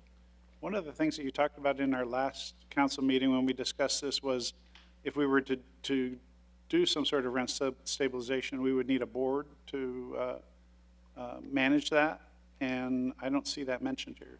That's because I drafted it in a way where it'd be an automatic annual increase based on whatever the council's decision would be. We would still need an appeal process, so there would still be a hearing officer that would be involved, and it wouldn't necessarily be for the rent increases, but it would be for other items, such as if the property owner wanted to come back and also include a capital improvement cost, or they were saying they weren't getting their fair share of the rent based on their expenses, or if there was some type, and we agreed with the property owner, the tenants also need a way to be able to appeal a decision made by the city council. So there would still be a hearing process in there, and so that is outlined instead. And if you, in the ordinance, I've also outlined that there would be fees associated with whoever's trying to place that appeal would have to pay to try to help cover some of those costs that we would be putting out. Yeah, I'm a little concerned. I mean, I'm glad that it wouldn't require a board specifically to be set up, but I am concerned about what sounds like a lot of costs by staff to manage some of the disputes and things that could arise. And obviously, you probably can't estimate how much time would be involved in that because we don't know what kind of disputes would come up. But I am a little concerned that with our staff already extremely busy, that this would add an additional burden to them. I'll save for future comments until after the public speaks. So thank you. Thank you. Councilmember Chen. I too want to disclose that the new representative, Skyline, did reach out to me. We had an introduction phone call, so I was actually pleased that the property owner, Skyline, has brought someone in as an attempt to reach out to the residents of Skyline.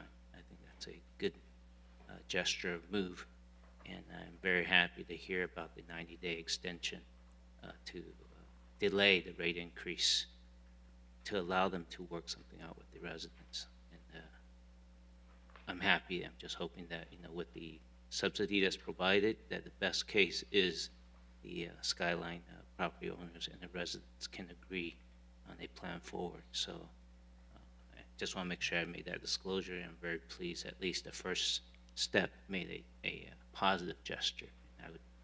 I'm in favor of the going to 90-day offer from Skyline so that they can work things out.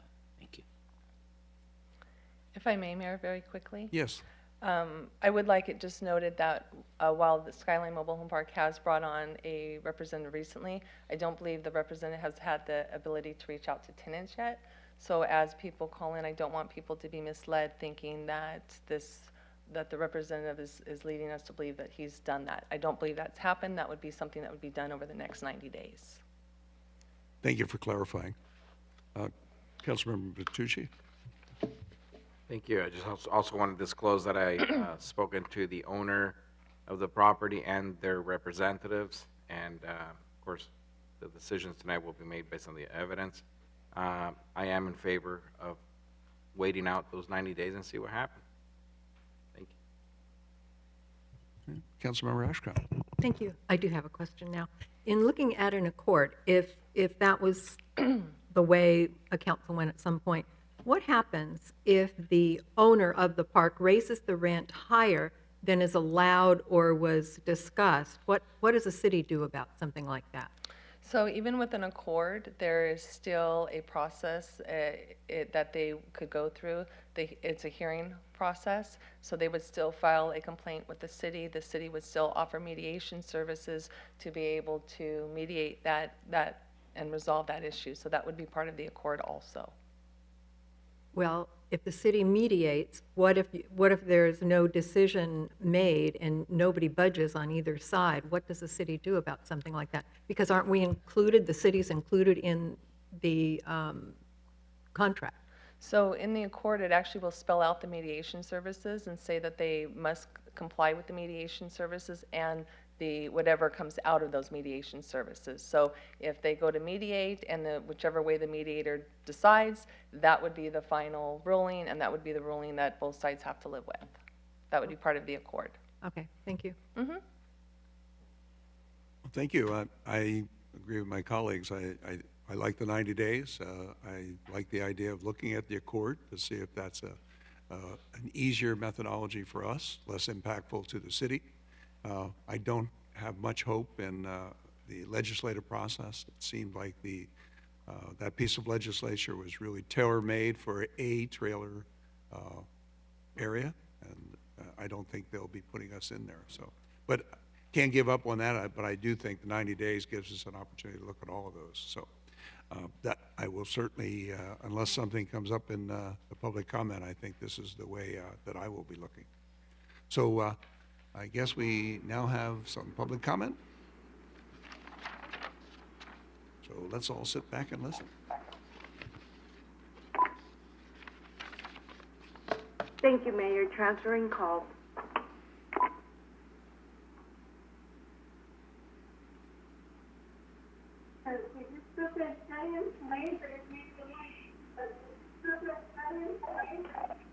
Ron S., you are now unmuted. Your 1 minute starts now.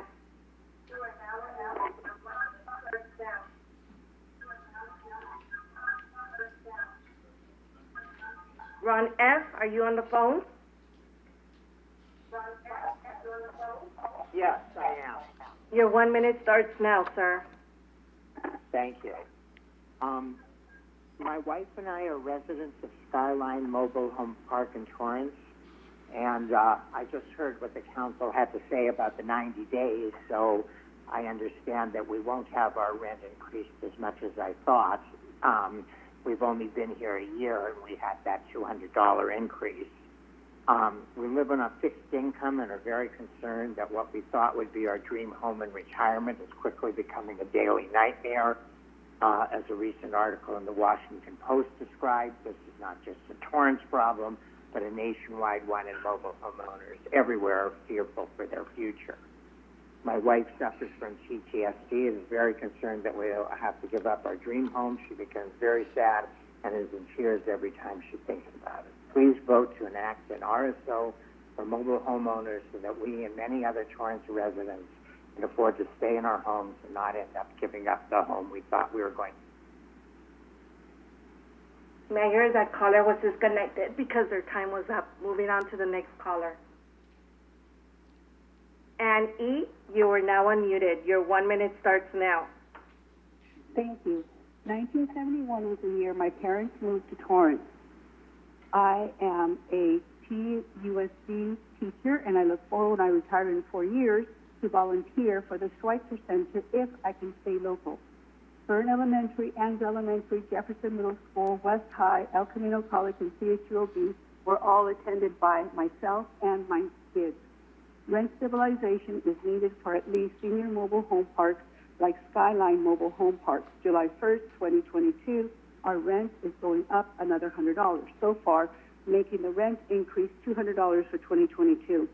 Solar power has been suggested as to help people that have asked for help with the rent increase, but it will only give the residents $100 a year for 2 years and will not allow the residents to use the free electric generated.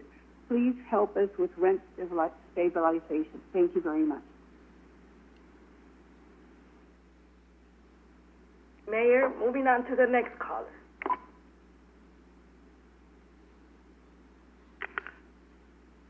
Joyce S., you are now unmuted. Your 1 minute begins now.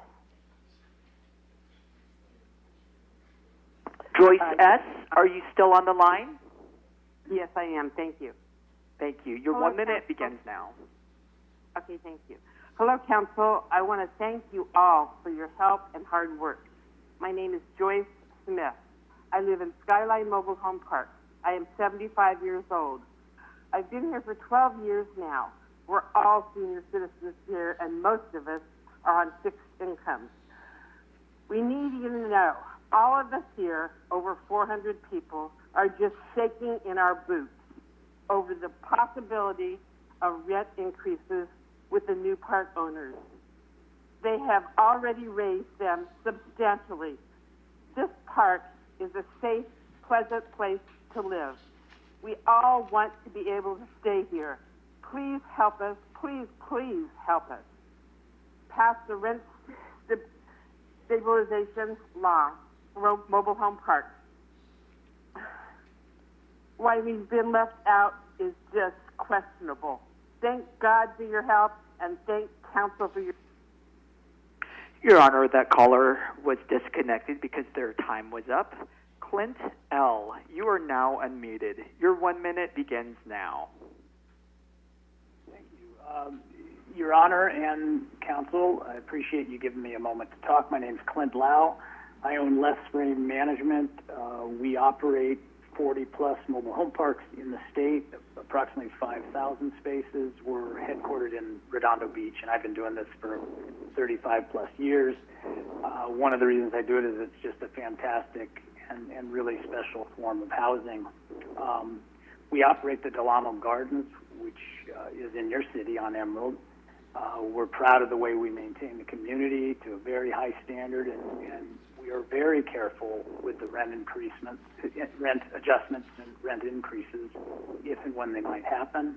But since the industry is quite unique, very different than apartments or things like that, if you all have any questions, feel free to call me at my office. I'd be happy to try to answer them for you. The phone number is 310-798-1102. And again, thank you for your time this evening. And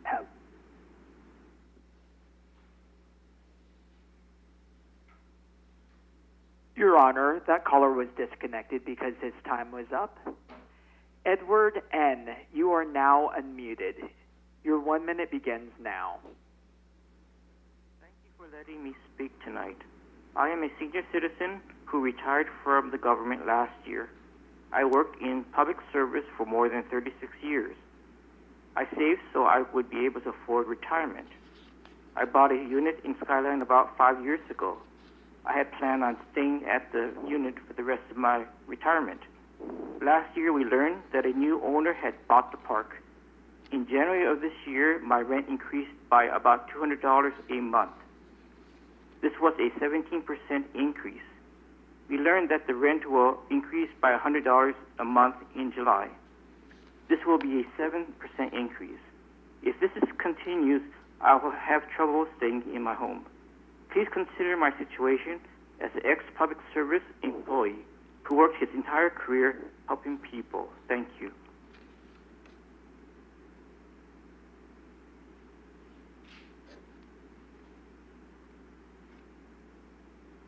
Mary Ann, you are now unmuted. Your 1 minute starts now.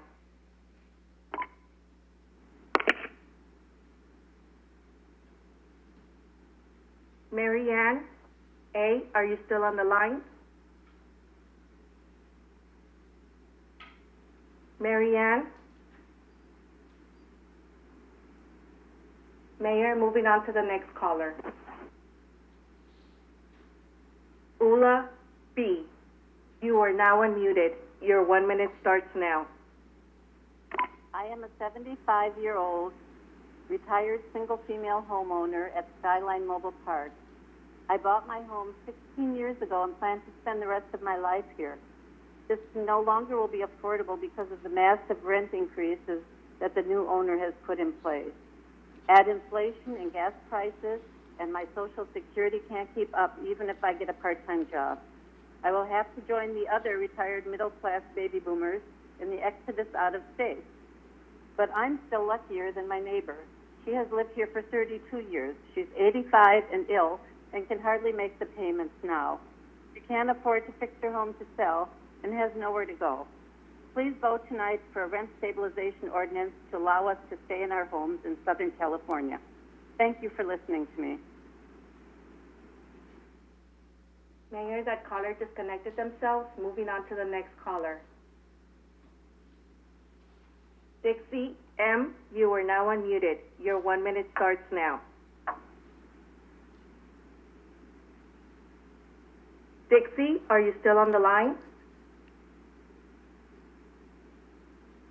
Dixie M, are you still on the line?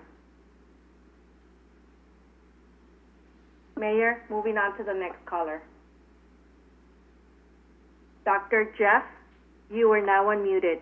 Your 1 minute starts now. Thank you, Honorable Mayor and esteemed council, and thank you, Ms. Ramirez, for your excellent presentation. I speak in favor of a rent stabilization ordinance for the well-deserving seniors and elderly citizens who have lived in Torrance for many years and wish to remain in their homes. It is interesting that the owners of the parks have met with the individual council on a multiple times, and yet they've never met with us. They've never approached any of the persons in this park to ask to talk. Only now that rent stabilization ordinance is up for debate do they actually come to the table. We are not in accord with an accord. We want to live in our homes, where we live, where we own. We want to live in Torrance. Thank you very much. Mayor, that caller disconnected themselves. Moving on to the next caller. Linda R., you are now unmuted. Your 1 minute starts now. This is Linda R. Good evening, council members, and thank you for the opportunity to speak tonight. I would like to add my voice to those encouraging you to support a mobile home rent stabilization ordinance. The eventual enactment of an RSO would relieve Torrance mobile homeowners of their fear of losing their homes due to ever-increasing and unreasonable rent increases. It would also provide a fair return to park owners. Please support the future enactment of mobile home rent stabilization ordinance. And I would just like to add to the previous caller's comments that no one seems to have heard anything from park management, in spite of the fact they're setting forth a possible 90-day cooling off period. Thank you very much, and I hope that you will enact eventually. Mayor, that caller was disconnected because their time was up. Moving on to the next caller. Pork Chop, you are now unmuted. Your 1 minute starts now. Hello, everyone. I would just like to tell you how sad I am and how bad I feel for these homeowners.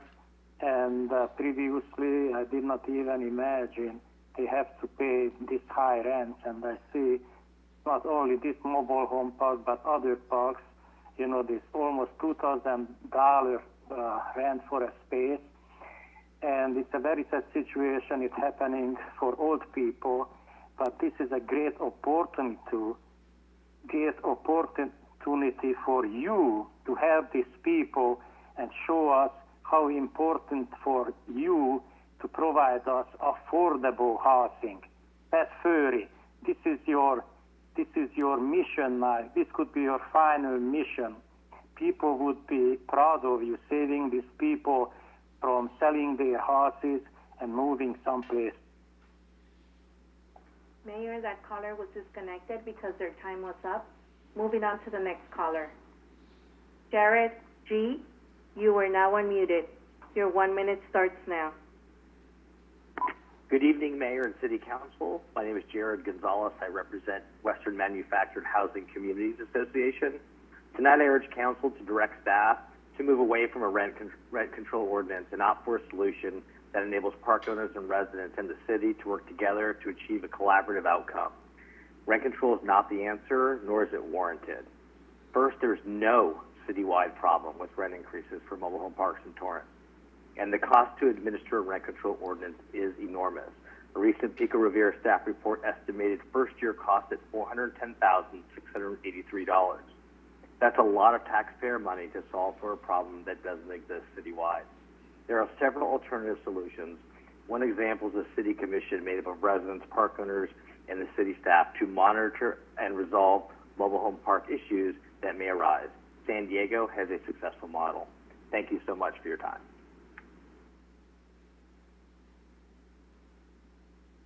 Mayor, that caller disconnected himself, and there are no more callers for items 9D as in David. Thank you.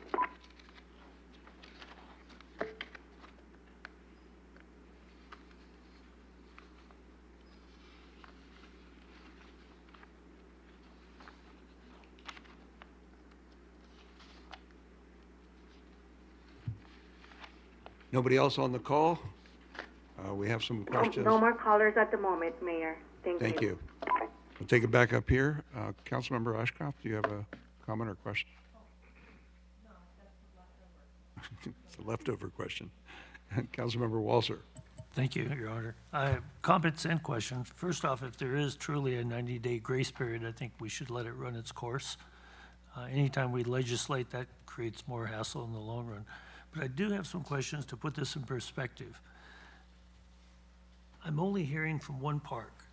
And is this a problem only in one park versus all the other 9 that are in the community? And then the other thing for perspective, there's 265 residents in that park. What percentage are really having difficulty with this?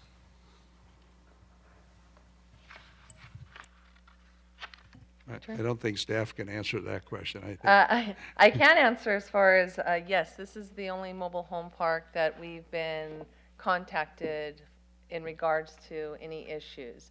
In the public comments that we received in regards to this item this evening, we did receive one public comment from one person at Knowles Lodge, which has 257 spaces, and we received 2 comments from residents of Knowles Manor that has 73 spaces.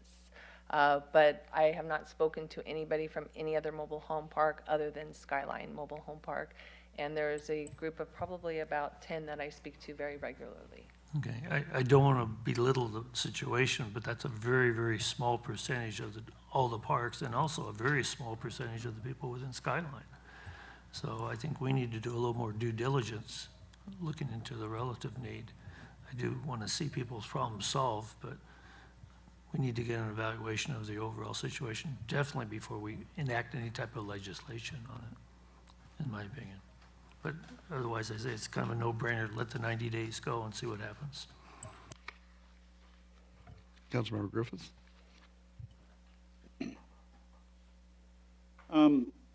This one's really tough for me. It's so important that we try to be fair to both parties. I think when a person buys a piece of real estate, even as an investment, like in this particular case with Skyline, I think they should be allowed to make a reasonable profit, because that profit hopefully will be then used to improve the property for the benefit of all the residents. And without the ability to make a profit, then it's impossible for the property owner to do that, which ends up creating a worse situation.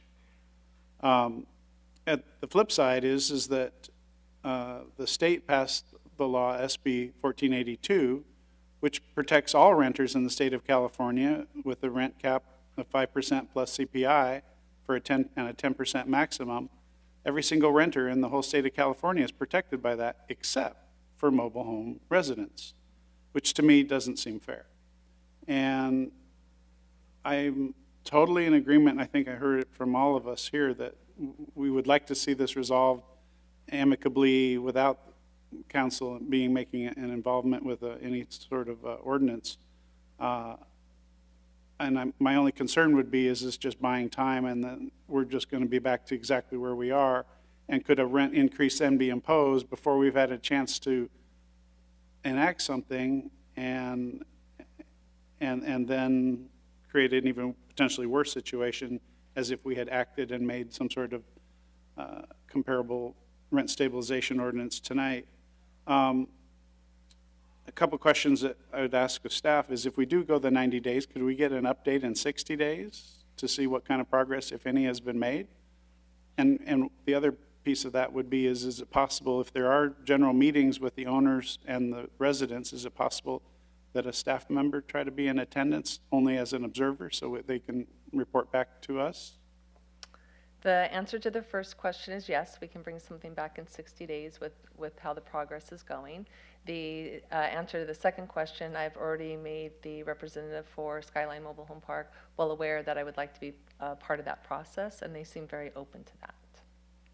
Great, because in lieu of an agreement, amicable agreement between the owner and the residents that are concerned, I would like to see that we move forward with an RSO similar to AB 1482, so that mobile home residents will have the same protection that every other renter in the state of California has. I think that would be the fair thing to do, but I'd love to see them try to work it out on their own first. Thank you. Any other questions or comments from the council? I see none. How would the council wish to proceed? I will go ahead and make that motion that we allow the residents and the owners to negotiate, see if they can come up with an amicable agreement within 90 days with a staff update in 60 days. Give us the opportunity to decide, do we need to begin our own action or let the communication between the groups continue on their own. And that will be my motion. I second.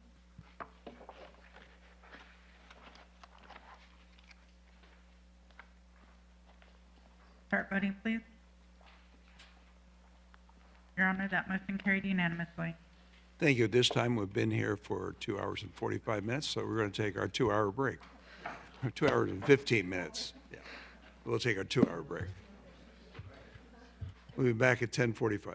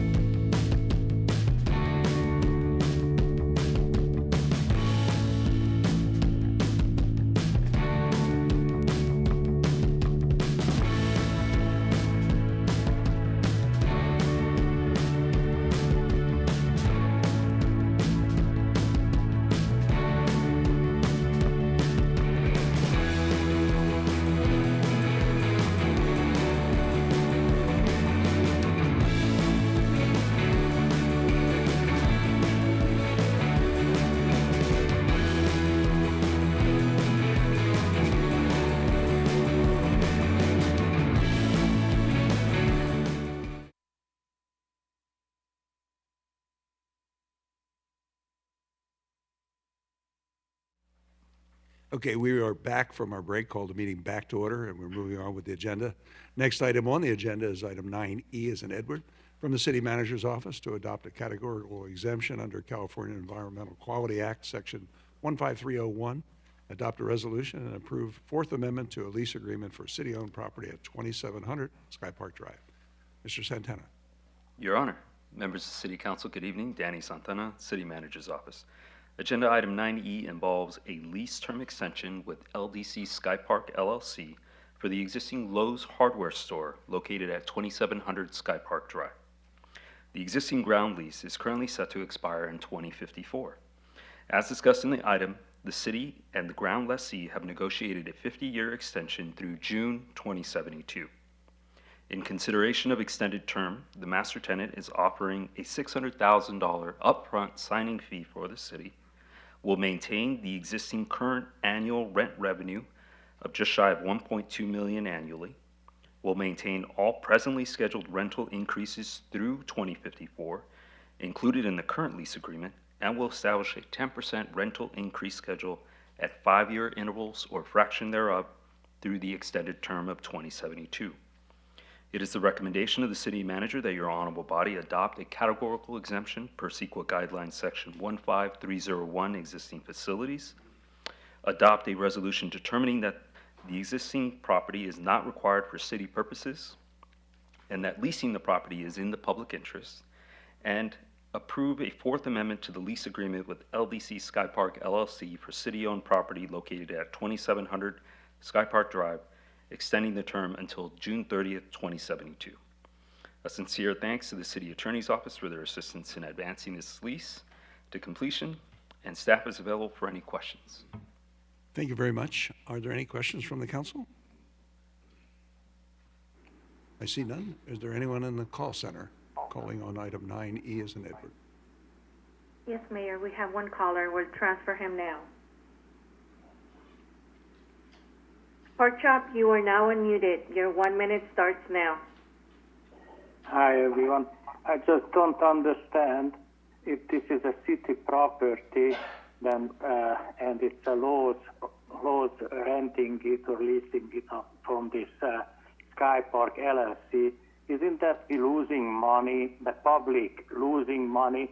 Because I'm sure the Sky Park LLC makes a hefty profit on it, especially if they want to renew the lease or extend or amend the lease. So I just don't know why is this good for the public. Why don't the city just lease it directly, who's operate a business on it? But this is just my question. Anyhow, Andy Pork Chop signing off. Bye-bye.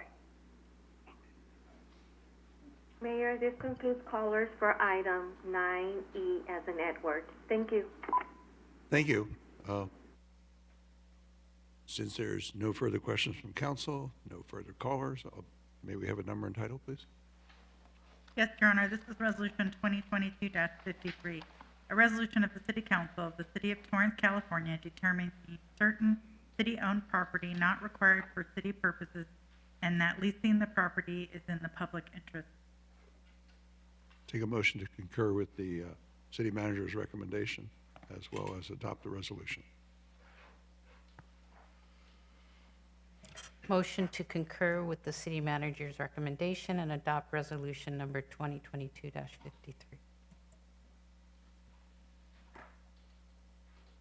I second.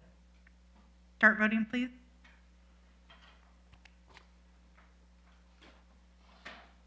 Your Honor, that motion carried unanimously. Thank you. Next item on the agenda is item 9F, as in Frank, from City Manager to adopt a categorical exemption under California Environmental Quality Act, Section 15301, and approve a Second Amendment to lease agreement for portion of city-owned property located at 22780 Lupine Drive, known as Sea Air Golf Course. From staff, Mr. Santana. Thank you again, Your Honor. Members of the City Council, Danny Santana, City Manager's Office. Agenda item 9F involves a lease amendment with T-Mobile West Tower LLC to provide proprietary consent for proposed site modifications to an existing monopalm cellular site located at Sea Air Golf Course at 22780 Lupine Drive. The site was originally approved in 2009 and has a present term extension options that ultimately expire in May of 2040. The proposed modifications include one additional equipment rack within an existing equipment closure, the removal and replacement of side antennas, as well as remote radio units mounted behind those antennas. The modifications are intended to continue to provide service in the immediate area, meeting the latest telecommunications standards. In consideration for proprietary consent, the city will receive a one-time signing upfront fee of $15,232.59 with annual revenue of $42,511.92 following a negotiated 7.25% monthly rental increase. Those rental increases will preserve existing lease terms that peg the monthly rent increase annually at a 3% increase. It is the recommendation of the city manager that your honorable body adopt a categorical exemption for CEQA Guidelines Section 15301 existing facilities and approve its second amendment to the lease agreement with T-Mobile West Tower LLC and affiliates of the city-owned property located at 22780 Lupine Drive. A sincere thanks to the Community Services Department and their staff for assistance in advancing the lease amendment. Staff is available for any questions. Thank you, Mr. Santana. Are there any questions? I see no questions from council. Is there anyone at the call center? 9. Yes, Mayor, we F have is in one front. caller. I will transfer him now. Pork Chop, you are now unmuted. Your 1 minute starts now. Hello, it's pork chop time again. Now I have to tell you I like this deal better because T-Mobile paying you directly and there is no middleman teaming up the profit. This is how you should operate without the middleman making profit on you and the public. This is a good deal. I approve this because you're getting the money directly. You don't need a middleman. These people pay you, just take the money, and this is how you should conduct business. No consultants, no middleman, no LLCs. Just take the money directly from the dudes who lease from you or rent from you. That's the way to make money. Cut out the middleman. Thank you very much. Have a nice one. Mayor, there are no more callers in queue for item 9F as in Frank. Thank you. Thank you, Katie. Next item on the agenda is item We need 9. G is, oh, I'm sorry, we have to do a motion on that Yes. too, don't we? I guess we have to. Well, I will take a motion to concur with the recommendation of the city manager, so since we have to. So moved. Second. Start voting, please.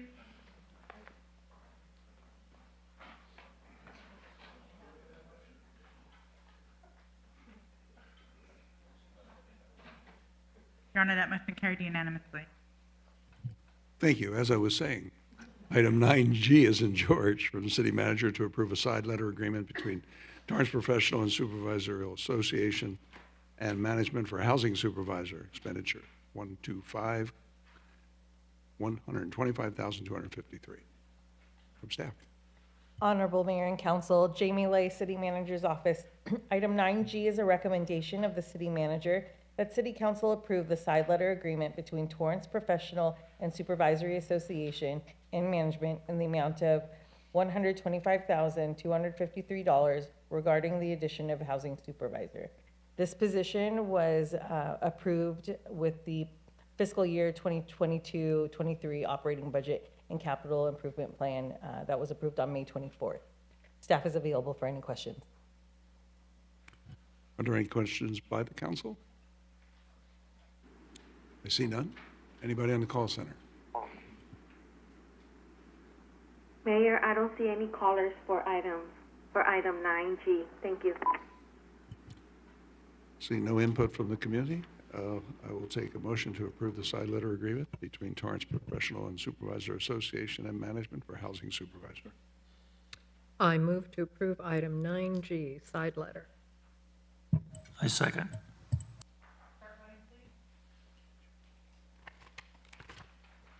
Your Honor, that motion carried unanimously. Thank you. Next item on the agenda is item 9H from the city manager and community services to approve an agreement for LA Galaxy donation to provide a facility enhancements at Wilson Park Rink, annual Fiscal Community Clinic, and LA Galaxy Univision Media event on June 25th, 2022. Mr. LaRock. Good evening, Honorable Mayor, members of the City Council, John LaRock Community Services. We are presenting a facility branding and use agreement between the City and LA Galaxy for enhancements and activities at the Wilson Park Roller Rink.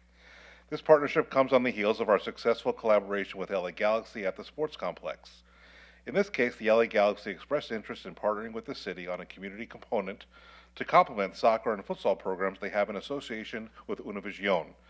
That programming will culminate in the Campeón de Campeones, a championship match to be played at the Dignity Health Sports Park on June 26th of this year. In seeking to partner with the City on the community component, staff worked with LA Galaxy to identify a location that could host community futsal clinics, as well as receive branding and a donation to effectuate an identity that extends the spirit of the game and the LA Galaxy's commitment to community outreach. Futsal is a 5-on-5 soccer format game typically played on a hard court surface. The Wilson Park Roller Rink is an ideal location to host a kickoff media event announcing the partnership and as a host site for community futsal clinics provided by LA Galaxy. The media event would take place on June 25th. In exchange for the city's participation, the LA Galaxy will donate $30,000 towards roller rink improvements to be completed this fall, as well as futsal goals and a free annual community futsal clinic. The city will provide the LA Galaxy with branding locations at the roller rink to display signage featuring the logos and colors of LA Galaxy, Univision, and the city. Signage will be displayed at the south entrance, at the north and south interior roof line, and at the center ice. The city, however, still retains separate naming and sponsorship rights at the facility. The agreement is for a term of 3 years with an available 4-year mutual extension. Our recommendation this evening is that your honorable body approve the facility branding and use agreement with LA Galaxy, and we're available for any questions. Thank you. Thank you. Are there any questions from the council? I see none. Are there anyone in the call center? No one at the call center, Mayor. Thank you. Thank you. Then I'll take a motion to concur with the recommendation of the City Manager and Community Service Director and approve an agreement for the LA Galaxy donation. I move to concur with the City Manager and Community Service recommendation to approve the agreement with LA Galaxy to donate the $30,000 for the improvement for the Wilson Park Rink. Second. Start voting, please. Your Honor, that motion carried unanimously. Thank you. Next item on the agenda is item 9I from the City Attorney to request that the City Council delegate the hearing on the appeal of the Finance Director's decision to a hearing officer. From staff, Mr. Sullivan. Yes, Your Honor. Patrick Sullivan, City Attorney. This is an item requesting council direction on whether the City Council would like to hear the appeal filed by the Torrance Refining Company in response to a decision of the Finance Director regarding their refund claim. The council essentially has two choices. It can choose to hear this appeal, or it can delegate it to a hearing officer. The $36,000 estimate there would account for a hearing officer hearing an 8-hour day plus 2 hours of preparation, reviewing any legal briefings filed by the city and the Torrance Refining Company. I'm available for any questions. Thank you, Mr. Sullivan. We do have questions. Councilmember Ashcroft. Mr. Sullivan, if the council decides to be the hearing body, what do you estimate the hours to be? I don't have an estimate off the top of my head. We went like the largest we thought would be an 8-hour day, so an 8-hour hearing. So for the council, assuming that it would be that involved, that'd be probably multiple nights for the council to hear that. And on top of that, there would still be staff time involved, right? Correct. There would be staff that would be representing the city along with outside counsel. And then obviously the council would have to review the legal briefs filed by both sides, which probably add an hour, 2 or 3 for the council to review those. Thank you.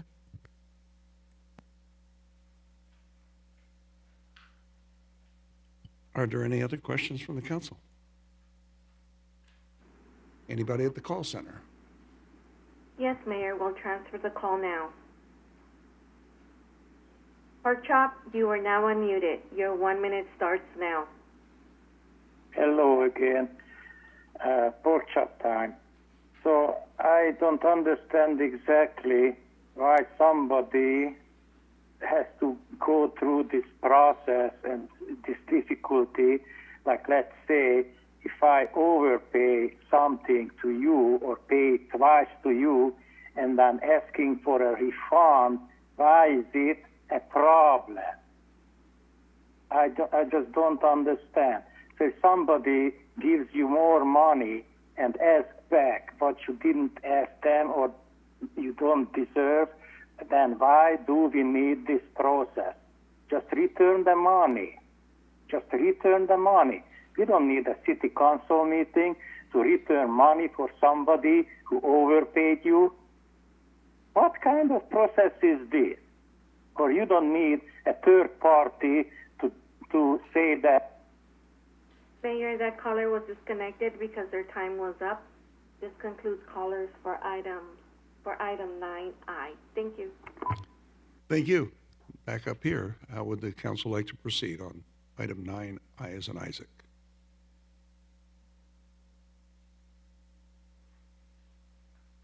Sometime tonight.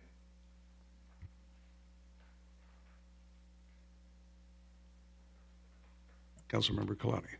Yes, I'd like to suggest or recommend that the city council delegate the hearing of the appeal to a hearing officer. I second.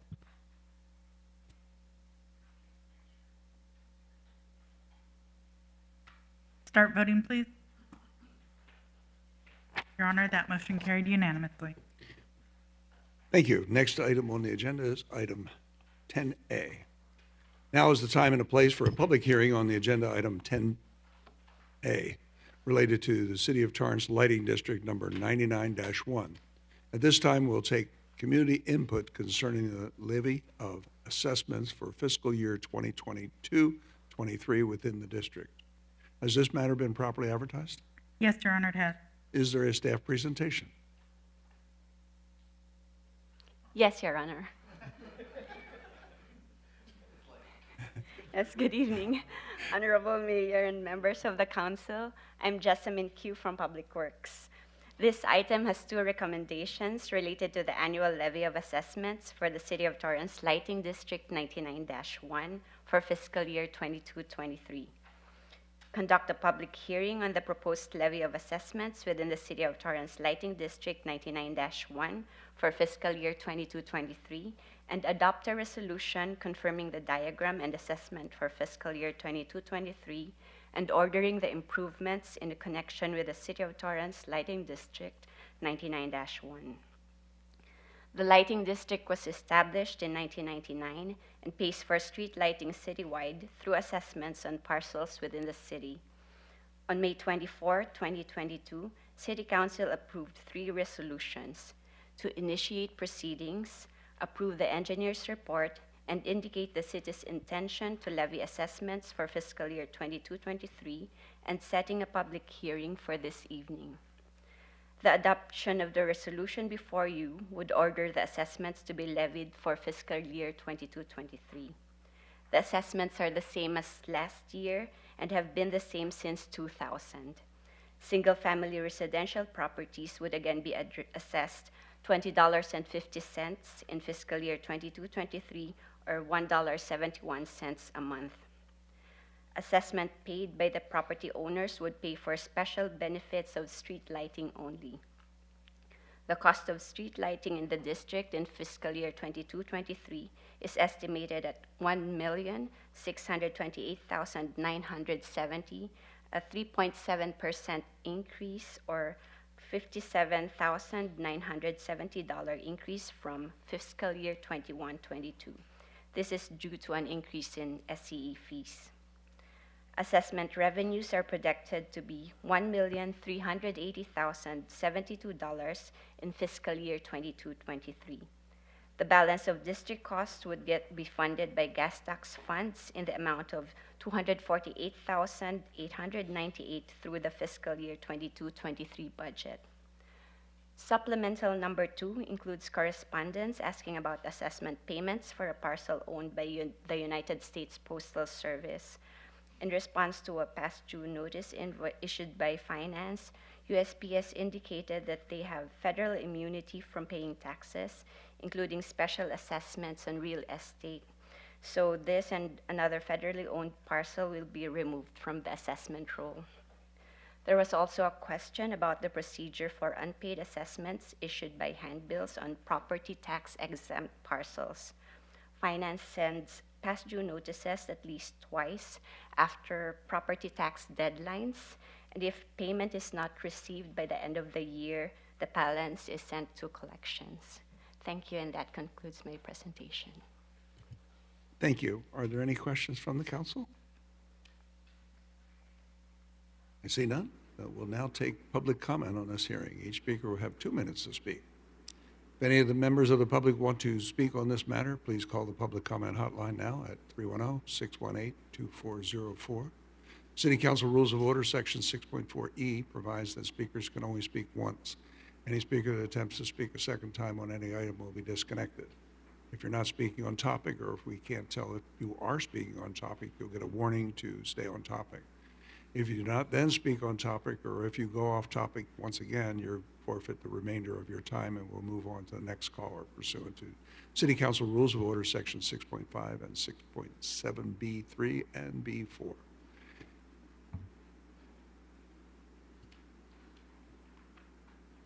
And at this time, we'll open up the call center. Thank you, Mayor. We'll transfer the caller now.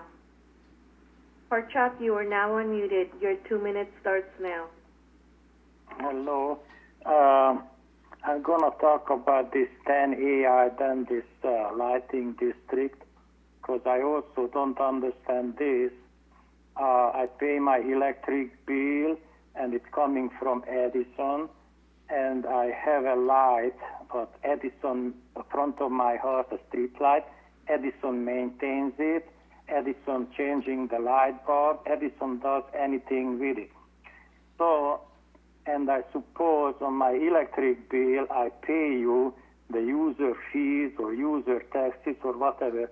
So why am I taxed twice or levied or assessed or whatever you call it twice? And I never saw a city worker do anything on the street light here, and I live here 30 years.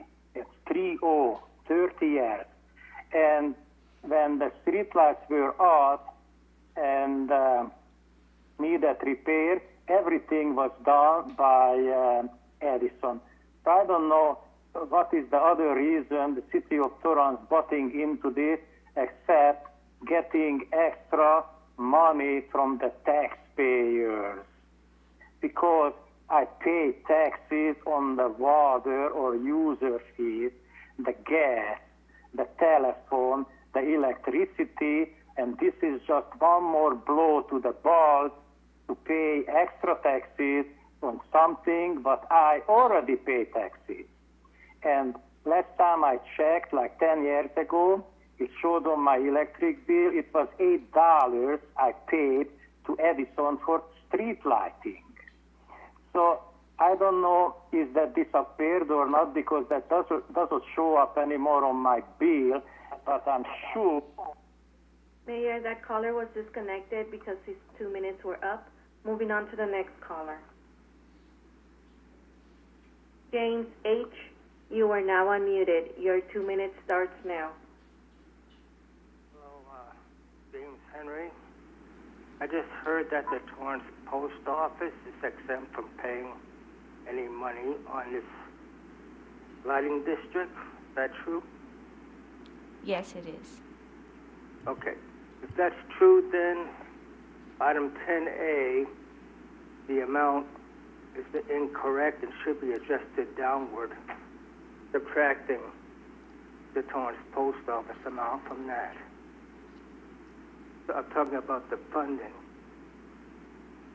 On page 1, 10A, of $1,283,697. Are you going to adjust that down? We can adjust it, but it will still not affect the assessments on the property owners. Was that the Torrance Post Office in the original decision on June 15th, 1999, calculated into the assessment?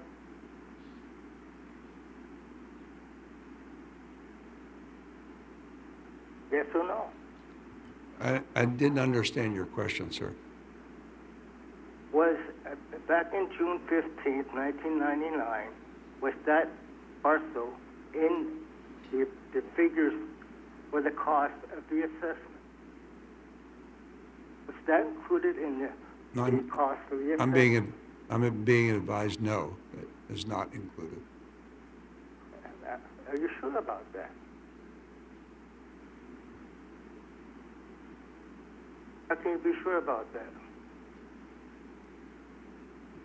Your Honor, if Clerk has stated all of his questions, then we'll ask staff to follow up. Yeah. Thank you. You want to follow up on that? Yes, you can contact us and staff will follow up with you, Mr. Henry. Okay. All right, one last thing. Is the 10% properties that the city collects, is that... Mayor, the caller was disconnected because the 2 minutes were up. Your Honor, we'll follow up with Mr. Henry. Okay. Staff is going to follow up with Mr. Henry to advise him. Answers to those questions. For the public, we've not raised the assessment since its inception in 1999, actually 2000 when it started being assessed. And for the other gratification, it's to pay for the street lights, electricity. While Edison owns those street lights and maintains the street lights, the city of Torrance pays the electric bill for that. And we are allowed to assess each and individual property owner in different scales. And that's what this is. We've never raised it. And right now, we're subsidizing it by about $330,000 every year, at least this year. Every year is about the same, sometimes a little bit lower. If there's no one else wish to be heard, I'll entertain a motion to close public hearing. No more callers, Mayor. Thank you. Thank you. Motion to close the public hearing. I second. Start voting, please. Your Honor, that motion carried unanimously. Does the council wish to take action on this item? If so, I will ask the clerk to give us a number and title, please. Your Honor, this is resolution number 2022-54, a resolution of the City Council of the City of Torrance, California, confirming a diagram and assessment for fiscal year 2022 to 2023 in connection with the City of Torrance Lighting District number 99-1, pursuant to the provisions of the Landscaping and Lighting Act of 1972, Part 2 of Division 15 of the California Streets and Highways Code, and as provided by Article 13D of the California Constitution. I move to adopt Resolution 2022-54. Second. Start voting, please. Your Honor, that motion carried unanimously. Thank you. Next item on the agenda is item 10B.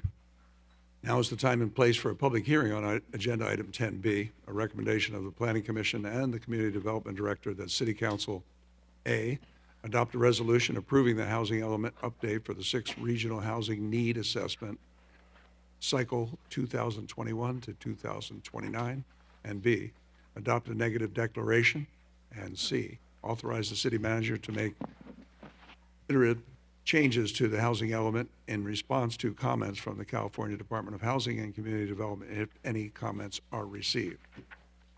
The public hearing will be conducted as follows. City staff will make a presentation regarding the housing element update, followed by questions from the City Council, followed by a public comment period with each caller having up to 2 minutes to speak. Has this matter been properly advertised? Yes, Your Honor, it has. Thank you. Is there a staff presentation? Yes, there is. Thank you, Your Honorable Mayor, members of the City Council, Michelle Ramirez, Community Development Director. The item before your honorable body is the updated 2021 through 2029 housing element, along with the supporting environmental document. In spring of 2021, the City of Torrance embarked on the preparation of an update to the city's housing element. The housing element is a requirement of state housing law and is one of 7 mandated elements of the general plan. A housing element analyzes existing housing conditions, describes existing and future housing needs, and identifies opportunities for improving and expanding the city's housing supply within the community. Staff has been working with a team of consultants in updating the city's housing element to ensure that it addresses state law and provides for required growth of housing in a manner that promotes the quality of life for current and future residents of the city.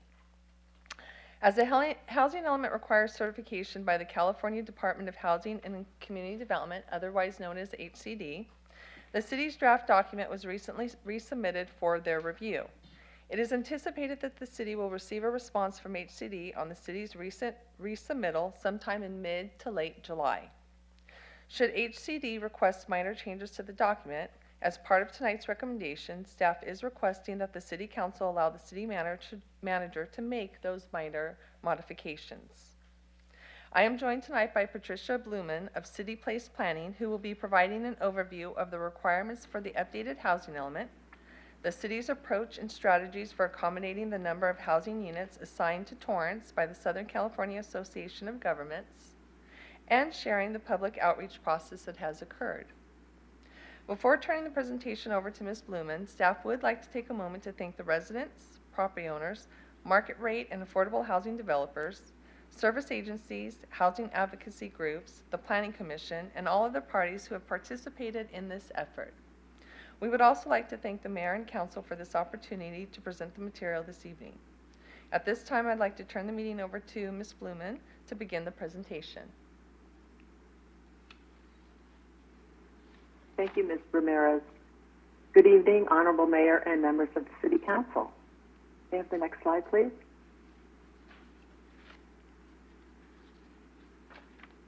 Next slide. I'm just going to provide a brief overview of the housing element, the process, and some of the key points that we want to share with you this evening. So first, what is a housing element? Well, it is one of 7 mandated elements of the general plan. All cities, all jurisdictions are required by state law to have general plans, and the housing element is one of them. The housing element is differentiated from the other elements, however, because it is subject to very detailed and comprehensive state statutory requirements that other elements are not subject to. It is by far the most regulated element of the general plan. It must be updated every 8 years per state law. And as Ms. Ramirez mentioned, it has to be reviewed for compliance by HCD. Next slide, please. Just like the other elements of a general plan, a housing element is a plan. And the plan is for each jurisdiction to show how it is going to meet its share of the regional housing needs that have been allocated to it, or the RHNA, and that RHNA is determined by state law. It also provides an assessment of each jurisdiction's housing needs and how best to accommodate them. And those housing needs are also spelled out clearly in state law. So jurisdictions are not required to develop housing. They have to plan for housing, and that enables developers, whether it's market rate or nonprofit developers, to build projects that are consistent with the general plan, not only the housing element, but the land use element that implements it, as well as zoning ordinances and other plans and programs that are important and appropriate for development within a community. Next slide.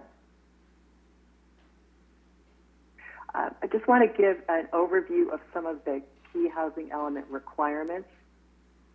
First and foremost, the housing element has to demonstrate that each jurisdiction can accommodate its RHNA as mandated by state law. Also need to show that you can facilitate increased housing production to meet the demand, improve safety, quality, and condition of existing housing, facilitate development of housing for all income levels and housing types. And those income levels and household types are also spelled out in state law. And finally, to promote fair housing choice for all. And that is required through legislation that is known as Affirmatively Furthering Fair Housing, or AFFH, which we'll be talking about again a little bit later. Next slide. All housing elements have to address the requirements of state law. They can do it a little bit differently. Housing elements can be organized a little bit differently. This is how your housing element is organized, and it's consistent with past housing elements. Next slide. The RENA for the sixth cycle for Torrance is 4,939 units, and that we got to that, or the city got to that process, to that number through a process that started at the state level through HCD. I do want to note that the city of Torrance, as well as other jurisdictions, did appeal the RENA that was assigned to you, and unfortunately that appeal was not successful. Next slide. This table shows the required RENA by the income category that I mentioned, and again, those income categories are spelled out in state law. Over on the left-hand side, you can see the income categories, the income range for those income categories, and then over on the right-hand side, you can see the number and the percentage allocated for each of those income categories to make up that 4939. Next slide. There are some requirements to accommodate the RENA that we want to touch on. I mentioned before the sites inventory. That's a very key component. Each jurisdiction must identify available vacant, and if the city doesn't have vacant land, underutilized properties to accommodate the RENA. Again, that is for each income category. And the sites inventory is just that. It is a list of sites as well as a map, and it is identified on a parcel-by-parcel basis. And there are certain requirements for the various sites depending on income category. Another key component is the no net loss law. And that requires all cities to demonstrate that they have sufficient adequate sites that will be available at all times throughout the entire housing element or the RENA planning period. So for instance, if you've identified sites for low-income housing to accommodate 1,000 units, and over the course of maybe the first 5 or 6 years, those sites get developed with units that are not low-income housing, then theoretically you are losing, well actually in actuality you are losing sites identified for a particular income category. So you'll have to go back and make sure by updating the sites inventory that you always have the sufficient adequate sites available throughout the entire RENA period. And then finally, the fair housing requirement, which I referred to earlier. One of the things about the fair housing requirement, or AFFH, is that sites that are feasible for affordable units must be distributed throughout the city, and they also have to be located in high resource areas. So cities, jurisdictions cannot concentrate lower income housing in, maybe just 1 or 2 areas of the city, and they can't concentrate them in areas that do not have appropriate resources like access to employment, services, transit, things like that. Next slide. So the approach that the city took to accommodate the RENA is first and foremost meet community needs and reflect public input. There was a variety of public outreach that went into this process. And then in addition, there was a lot of input through the city's strategic planning effort that also provided some guidance and direction. Another approach is to minimize impact on existing neighborhoods to the extent feasible, especially given the fact that your city is a built-out city. We already have very well-developed and built-out neighborhoods. One of the approaches is to identify locations along or near major transportation corridors for those sites. That's something that is in your existing land use element now. policy that we built on. So we're looking for sites that may be near services, employment, transit, bicycle facilities, parks and recreation, since you do not have vacant residential land to accommodate the arena. Another approach would be by identifying those non-residential areas and corridors. Some of those corridors could benefit from opportunities for revitalization via housing. So areas that perhaps may have higher vacancy rates right now for a variety of reasons, the housing may provide a really good opportunity for revitalization. So we looked at certain corridors that would meet those criteria as well. Next slide. The strategy to accommodate the arena began with starting with the leftover vacant or underutilized sites from the fifth cycle housing element that still meet the new criteria in state law. So we start with the 4939 number of units that your city is required to plan for. Then we look at if there were any leftover vacant sites that could be utilized, and then that number was credited toward your sixth cycle arena.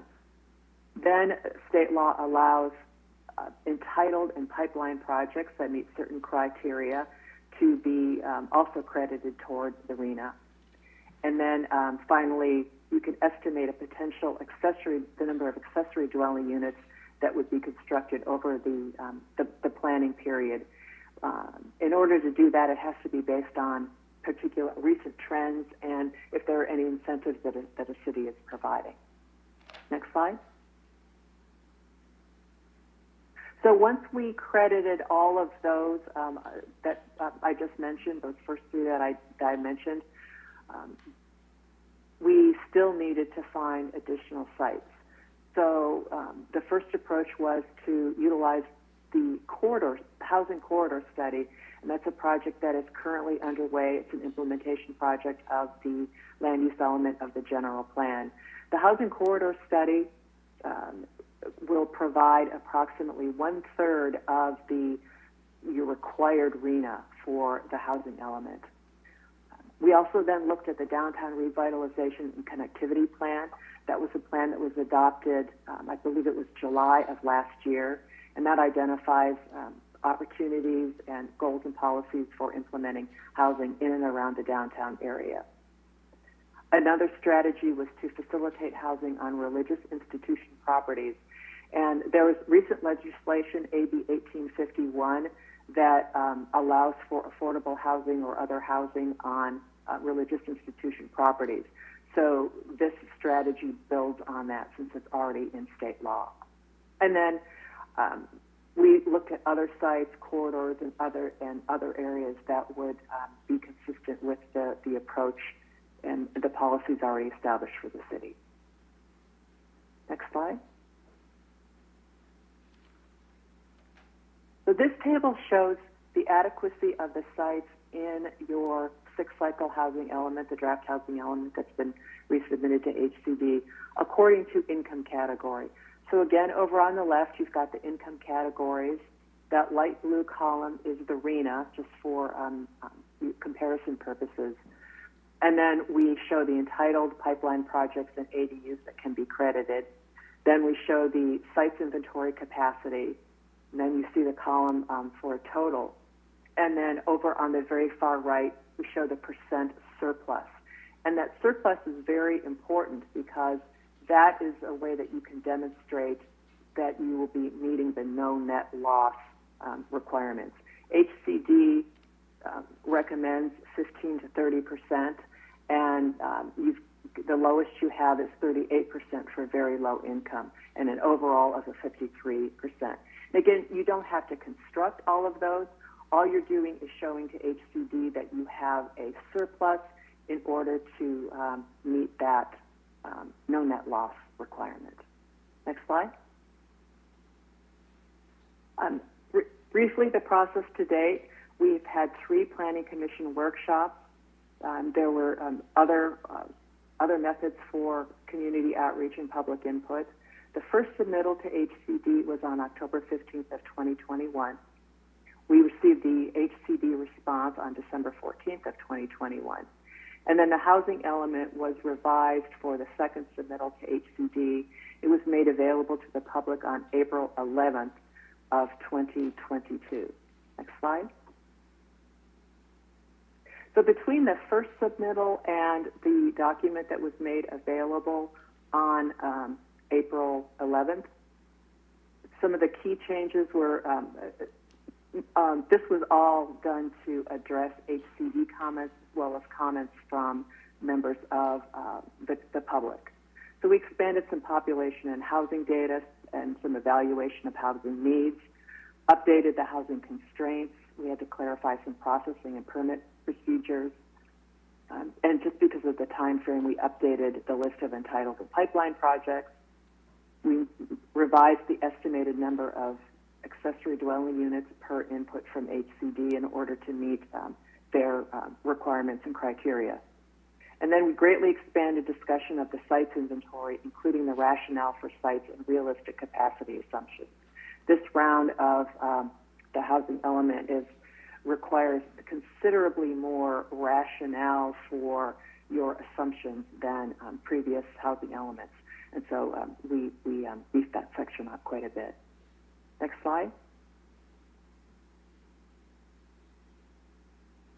We revised the sites inventory. There were certain sites that we ended up deleting, and then we also added quite a few new sites based on public interest through the public outreach process and identification of some additional opportunities that came up along the way.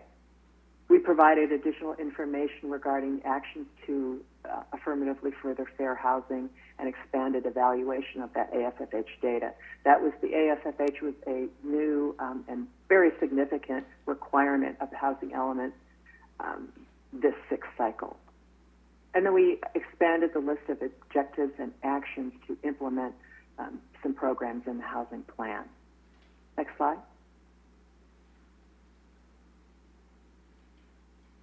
So after that revised April 11th document, we did make a few additional changes. We expanded some information, added a couple of appendices for more information, and it wasn't significantly different than the April 11th version, but it was updated. So we did have to make that available to the public again before submittal, and that was made available on May 9th of 2022. The Planning Commission considered that document. It's also the document that you have before you this evening, and made the recommendation for City Council to adopt the sixth cycle housing element at their public hearing on May 17th of 2022. The second submittal was made to HCD on May 18th of 2022. Next slide. The housing element is a project under the California Environmental Quality Act. So we do have to demonstrate compliance to support the housing element update. This is a plan. It's a policy level document. It is not a project specific or construction level CEQA review. So a draft initial study and a negative declaration were prepared. There was a 30-day public review as required by state law, and that was conducted in November of 2021. Next slide. And we're proposing a finding of adoption of the sixth cycle housing element and that it would not create significant impacts under CEQA. And I do want to note that additional CEQA review for future proposed construction projects would be required. So this is a policy level CEQA review for a housing element. Next slide. So in terms of next steps, Ms. Ramirez also already mentioned this. We expect an HCD response by mid-July, 60 days review period.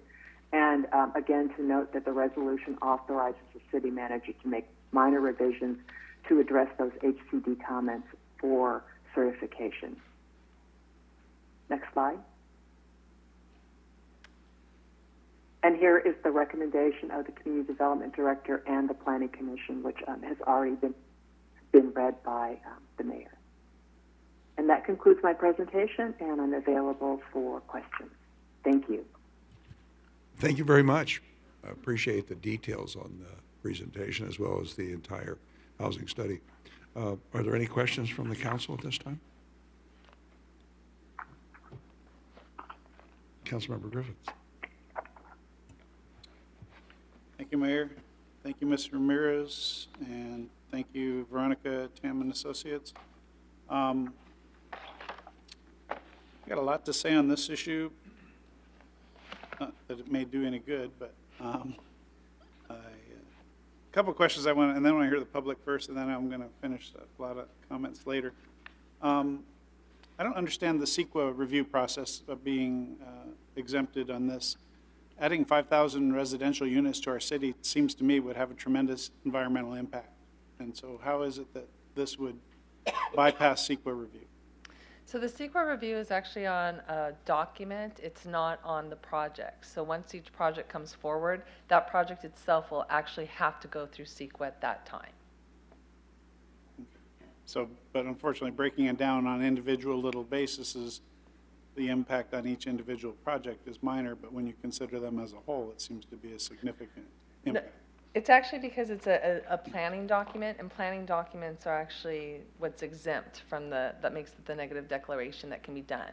Because we're not actually constructing, we're not actually doing anything, we're just creating the plan that hopefully will lead to future construction as needed to meet the RETA numbers. But the plan itself is not something that would have to go through the CEQA review.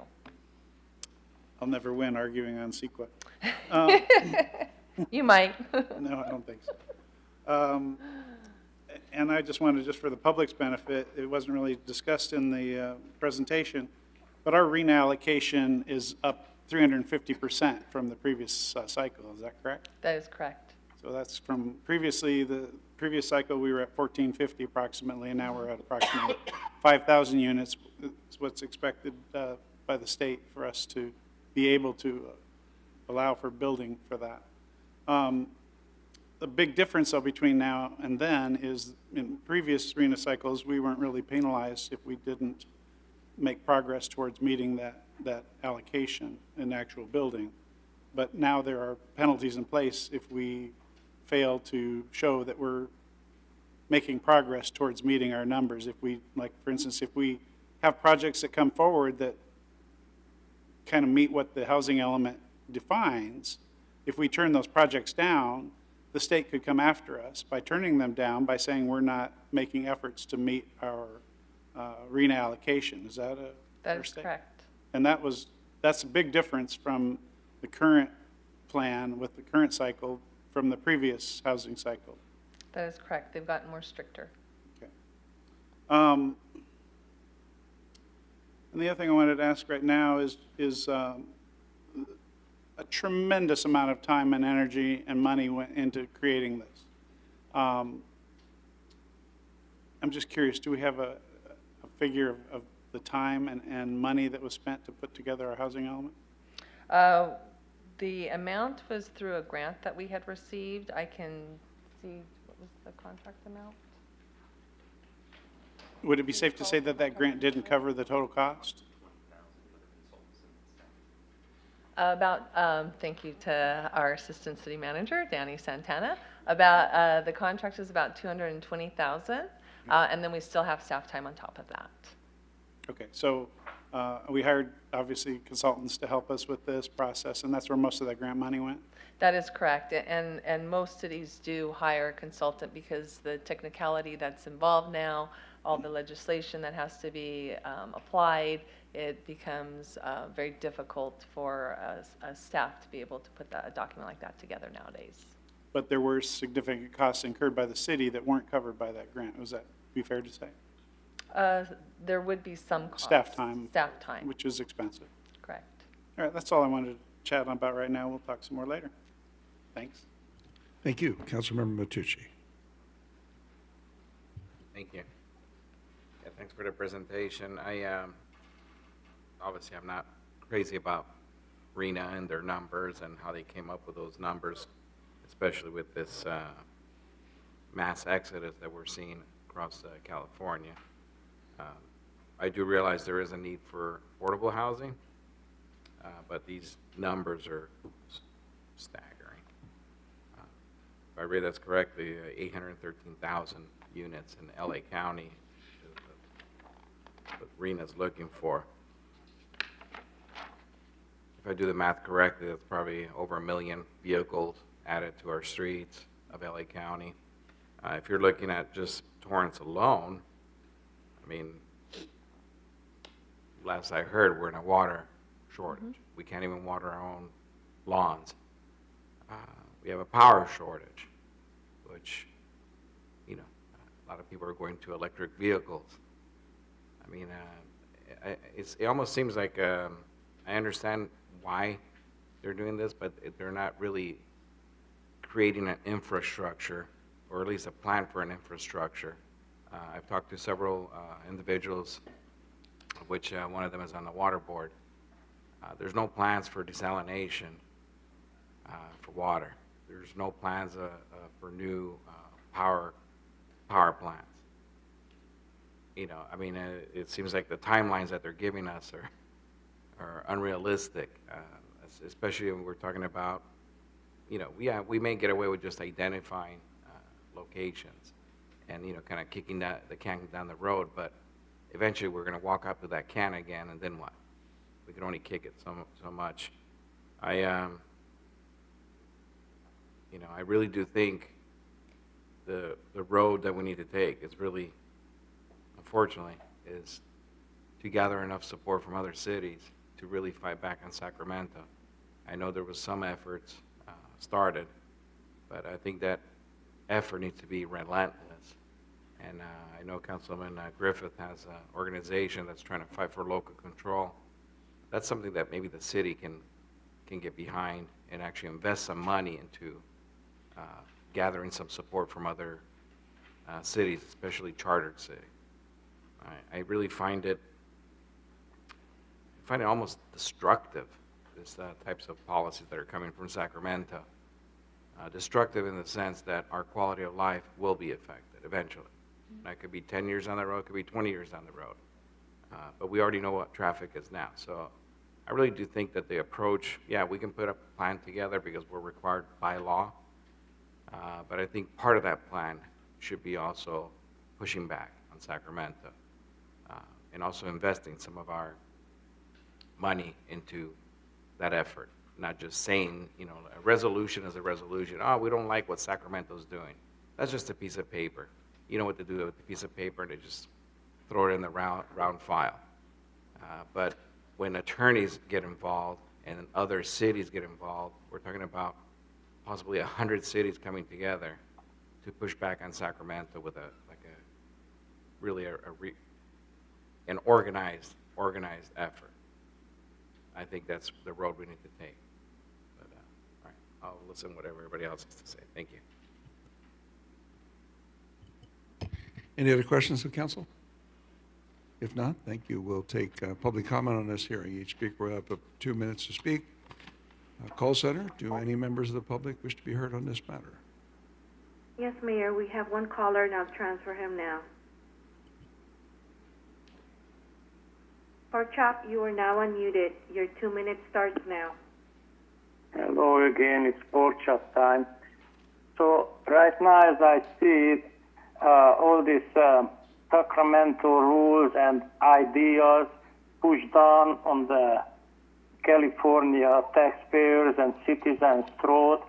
And I think this would be the time when you're not doing these hearings, this would be the time you put on your big boy pants and, as I said before, get on the bus or in your car or in my car, I drive you, and you have to talk to these people up in Sacramento. They are horse puppies.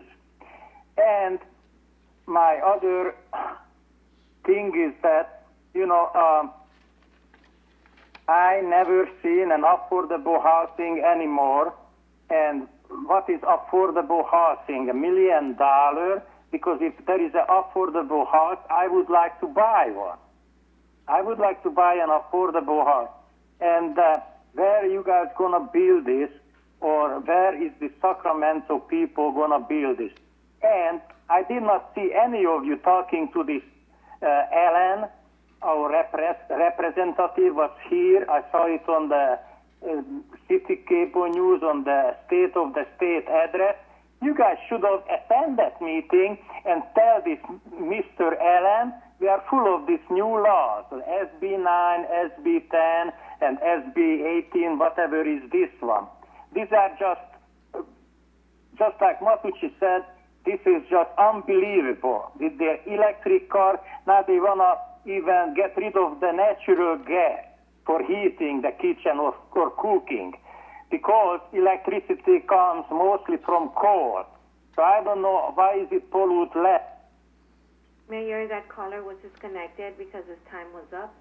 This concludes callers for item 10B as in boy. Thank you. Thank you.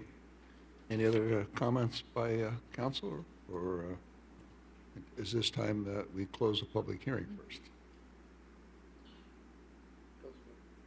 Take a motion. I'll move to close the public hearing. Second. Start voting, please. Your Honor, that motion carried unanimously. Thank you. And how does council wish to go forward? And Councilmember Griffiths, you're assigned it. Yes, thank you, Mayor. I do have a bunch more comments. First of all, I'm shocked that only one person in the public even bothered to comment on such a monstrous change to the future of our city, which kind of tells me why we're in this predicament in the first place, in my opinion. And I'm not expecting staff's comments. I'm just saying that I'm going to pontificate for a little bit. Venting. Venting. It's not just venting. I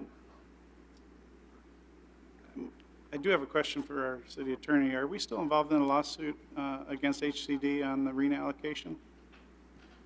I believe that one in Orange County is up on appeal. The Assistant City Attorney Strader's lead on that, so I can check with her on that. But I believe it lost at the trial level and it's going up on appeal or on a writ. Right. No, I believe you're correct that it's on appeal. I just want to make sure that the city of Torrance is still involved in it as it moves forward under appeal.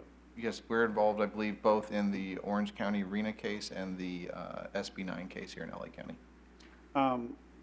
I understand that the same attorney firm that's doing the SB 9 case and the RENA is the same firm. Is that correct? I believe they're different firms. Are they? I believe the firm, there's one firm in Orange County handling the RENA numbers, and then Alshire and Winder is handling the SB 9 lawsuit, but I can double check that for you. As far as the lawsuit against HCD in regards to the RENA numbers, can you, in 2 sentences, describe what that was about?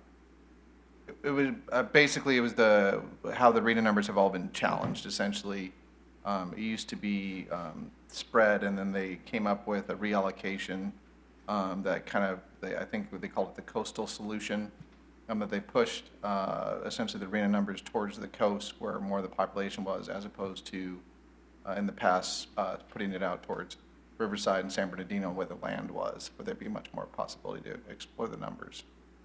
Yeah, so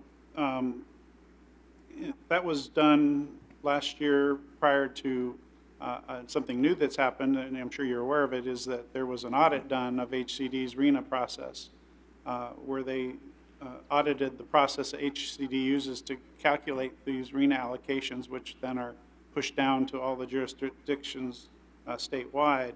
And that audit, without going into a great deal of detail, basically said that there are significant flaws in HCD's process in determining that the RENA allocations. And in my opinion, based on an audit like that was done professionally and with some significant concerns were being raised, it's shocking to me that we even are being required to do this under that umbrella of doubt in regards to how these allocations were created in the first place. As Councilman Matucci says, our population, our state seems to be declining and not increasing, yet we're being expected to be able to build millions of new housing units. and the allocation methods, as the city attorney said, are kind of under dispute as well, is why are certain areas of the state being required to build more, yet they don't have the land to build them, where cities that have land somehow got out of their RENA allocations. So this is a process that it just seems like there's so many problems with it, and yet we're still being forced to do this.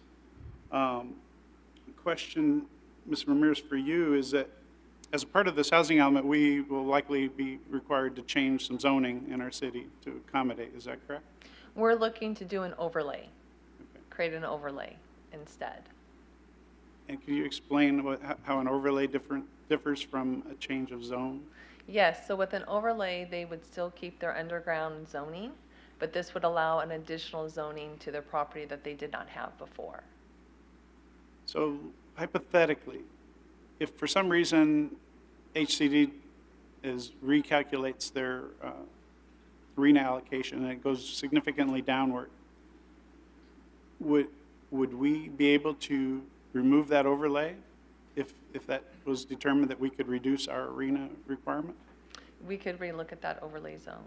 Okay. Because somebody had told me is once you zone it for residential, you couldn't change it back, and I've been hearing some conflicting stories about that.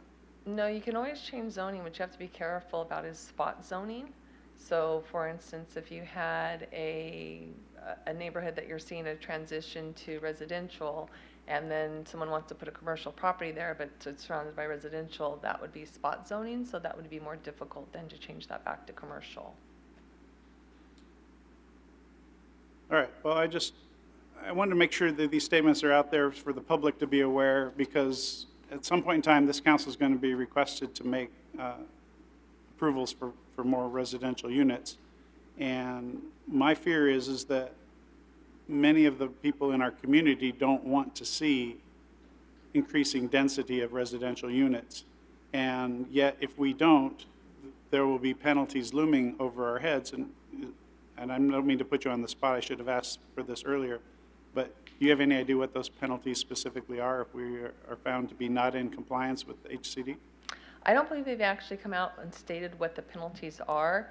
I can refer to Ms. Blumen. Are you aware? I think that the penalties are different. Some are in state law as to the penalties that can be imposed. Part of it depends on if it's a state attorney general, and there are different. So not only are there financial penalties, but in some cases, cities could be prohibited from, for instance, issuing building permits until they come into compliance with state law. So there are a variety of different penalties, if you will, both economic and otherwise.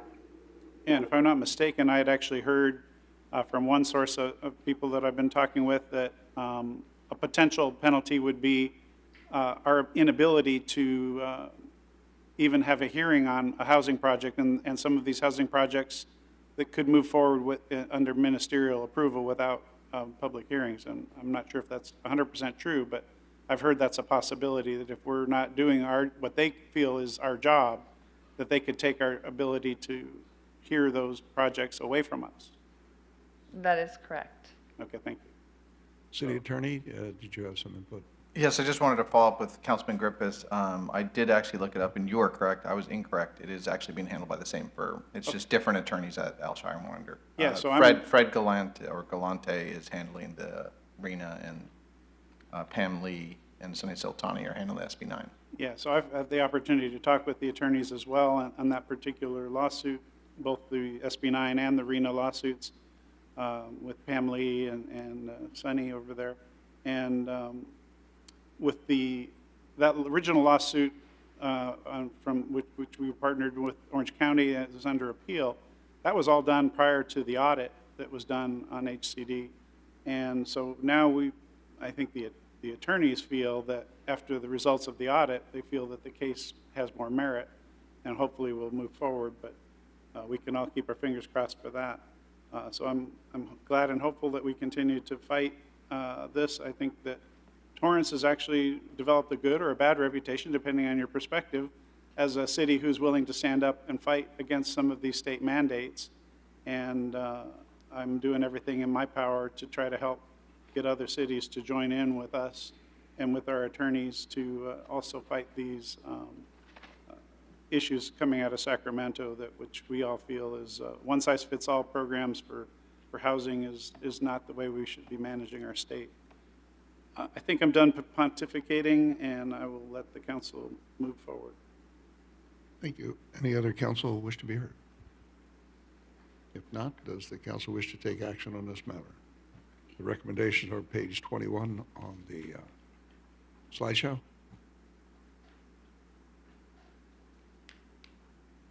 And in the interim, I'll ask the city clerk, may we have a number and title, please? Yes, Your Honor. This is resolution number 2022-55. A resolution of the City Council of the City of Torrance, California, approving updates to the general plan housing element for the 2021 to 2029 planning period and adoption of the initial study and negative declaration prepared in compliance with the California Environmental Quality Act.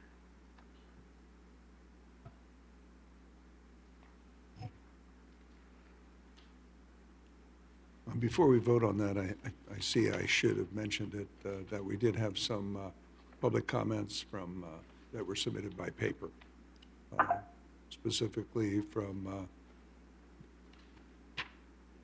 Doug Maupin from Maupin Realtors, a local developer, and another one from Old Town Redlands LLC.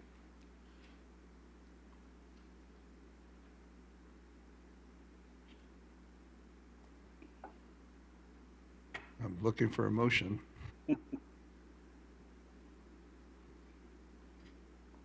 Move to adopt resolution 2022-55. Adopt a negative declaration and authorize the city manager to make iterative changes to the housing element in response to comments from the California Department of Housing and Community Development, if any comments are received.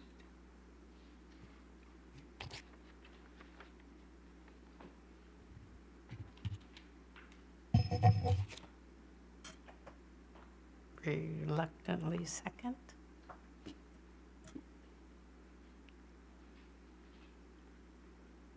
Are you seconding it? Yes, I am seconding that. Start voting, please. Quietly. No.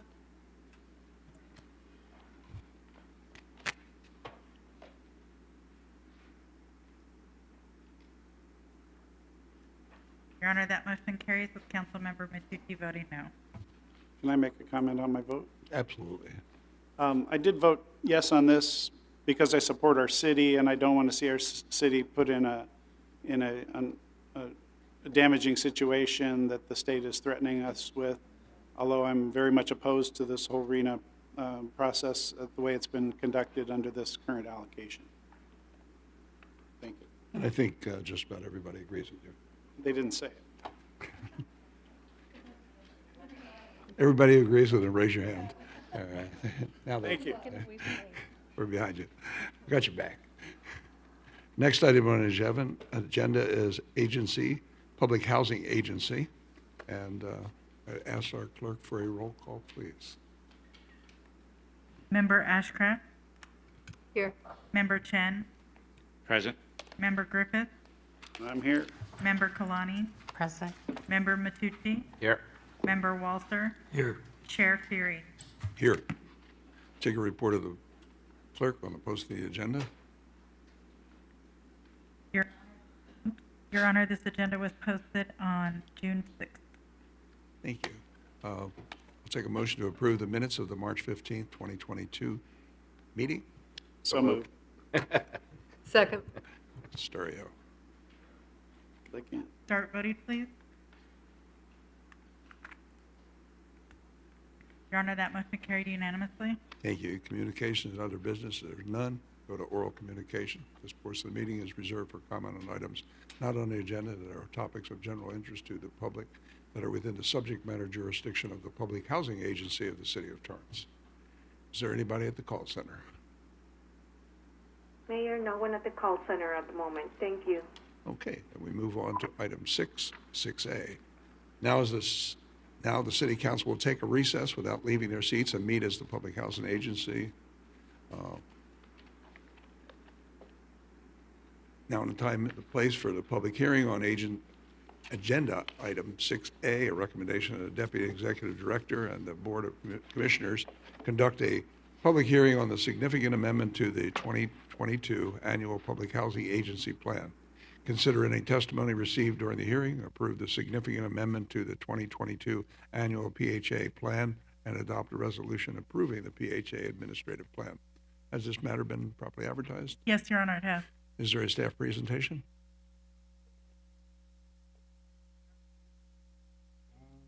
It'll start. Good evening. Hello? There we go. Okay, let's start again. Good evening, Your Honorable Chair, Commissioners. Michelle Ramirez, Deputy Executive Director of the Torrance Public Housing Agency. The item before the Board of Commissioners is to approve a significant amendment to Torrance's 2022 Public Housing Agency Plan and approve revisions to Torrance's Public Housing Agency's Administrative Plan. On March 15, 2022, the Board of Commissioners approved Torrance's 2022 Annual Public Housing Agency Plan, also known as the PHA Plan. The PHA Plan is an annual requirement of the U.S. Department of Housing and Urban Development, otherwise known as HUD, for cities and counties that operate a public housing authority. The PHA Plan provides a ready source for interested parties to locate the policies, rules, and requirements concerning Torrance's public housing agency operations, programs, and services. Additionally, the PHA Plan provides the mission, goals, and objectives of the Torrance Public Housing Agency for serving the needs of low-income, very low-income, and extremely low-income families. The purpose of the administrative plan is to establish policies for carrying out the various subsidy programs in a manner that is consistent with HUD requirements, as well as with the local goals and objectives that are contained in the Torrance's PHA Plan. The administrative plan is the supporting document to the Torrance's PHA Plan.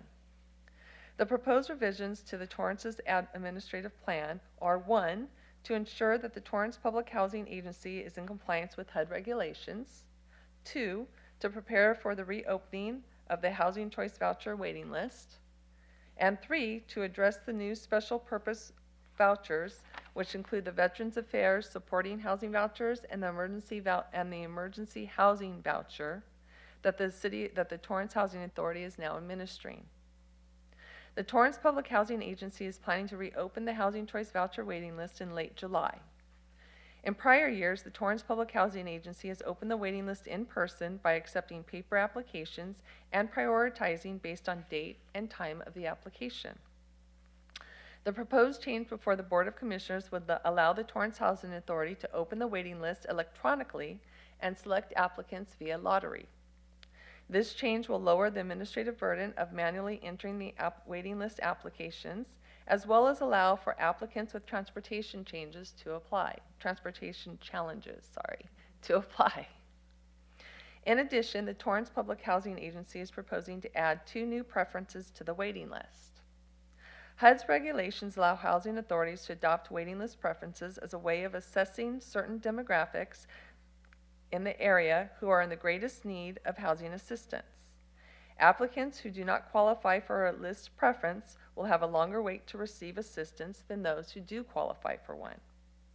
The first additional preference is households that include victims of domestic violence, dating violence, sexual assault, or stalking.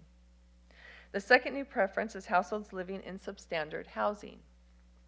By adding these new preferences, the Torrance Public Housing Agency will select applicants who meet these preferences, as well as the other approved preferences prior to applicants who do not meet the preference. The Torrance Public Housing Agency will continue to use resident preference, displacement preference, and veterans preference. Families, elderly, and disabled applicants who live or work in the city of Torrance will be prioritized over non-residents in each of the categories. Other proposed revisions to the administrative plan include adding carbon monoxide detectors to the housing quality standards and adding a new chapter that covers special purpose vouchers. As already mentioned, the Torrance Public Housing Agency administers 2 special purpose vouchers programs, which includes the Housing Voucher Program and the Veterans Affairs Supportive Housing Voucher Program. Staff recommends that the City Council, as the Board of Commissioners of the Public Housing Agency, approve the significant amendment to the 2022 annual PHA plan, as well as approve revisions to the Torrance's Public Housing Agency's administrative plan. That concludes staff's presentation, and if any member of the Board of Commissioners have questions, I'd be happy to answer them. Thank you. Thank you, Ms. Ramirez. Does the board have any questions of staff? I see none. We'll now take public comment on this hearing. Each speaker will have 2 minutes to speak. Do we have any callers? Yes, Mayor, we have one caller. We'll transfer him now. Pork Chop, you are now unmuted. Your 2 minutes starts now. Hello, everyone, again. I did not plan to call in this one, but I don't want nobody calling, so I put my time in here. I'm very happy, you know, we have programs here for public housing and helping people to live in housing, but the big problem with this, we don't have enough, you know, like open up the waiting list and blah, blah, blah. Last time I looked at them, I don't know how many hundreds or thousands people were on the waiting list and how many housing was available. And I came from a country where public housing was a big deal. They built houses for the people, and they were all like, you know, this panel housing and this and that, but basically nobody wanted it. But in America here, we had public housing projects, but were disasters in New York City and so on. I saw a few of them, and I did not really want to move into those either. Anyhow, I would like to say that it's all nice, you know, try to help people, but I think the best help would be if people could have jobs, people could do businesses and all this restriction, but in America now, in the past 20 years, you cannot do any business unless you're a teacher, a policeman, a fireman, or you work for the government. So people should need meaningful jobs to make money and buy their own housing, paying for rent in an apartment or building their own houses and so on. The problem with America is the opportunity to make money is not there for the masses. Only a few people make. Mayor, that caller was disconnected because their time was up. This concludes callers for this hearing. Thank you. Thank you, Katie. If no one further wishes to be heard, I'll entertain a motion to close the public hearing. Motion to close the public hearing. I second. Start voting, please.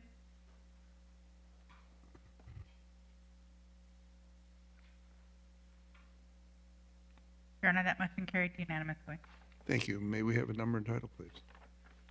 Yes, Your Honor, this is resolution number PHA 2022-01, a resolution of the Board of Commissioners of the Public Housing Agency of the City of Torrance, California, adopting the administrative plan for the Section 8 Rental Assistance Program.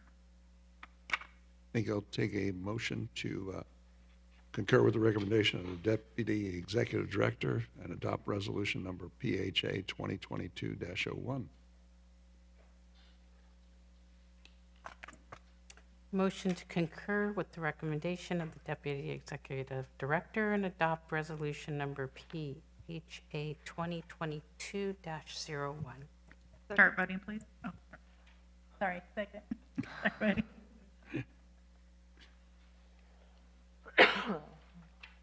Your Honor, that motion carried unanimously. Thank you. We'll take a report of the Executive Director if there is one. I see none. So then I'll ask for a motion to adjourn the Public Housing Authority.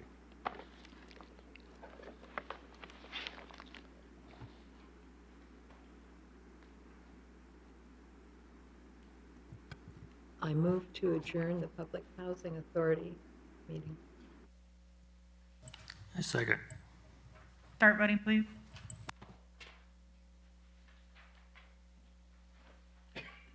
Your Honor, that motion carried unanimously. Thank you. Next item on the agenda is item 12A, a second and final reading of ordinance number 3902. May we have a number and title, please? Yes, Your Honor. This is ordinance number 3902, an ordinance of the City Council of the City of Torrance, California, amending Chapter 5 of Division 1 of the Torrance Municipal Code to add a new Article 3 regarding military equipment use policy. Are there any callers in the call center? No callers for this item, Mayor. Thank you. Okay.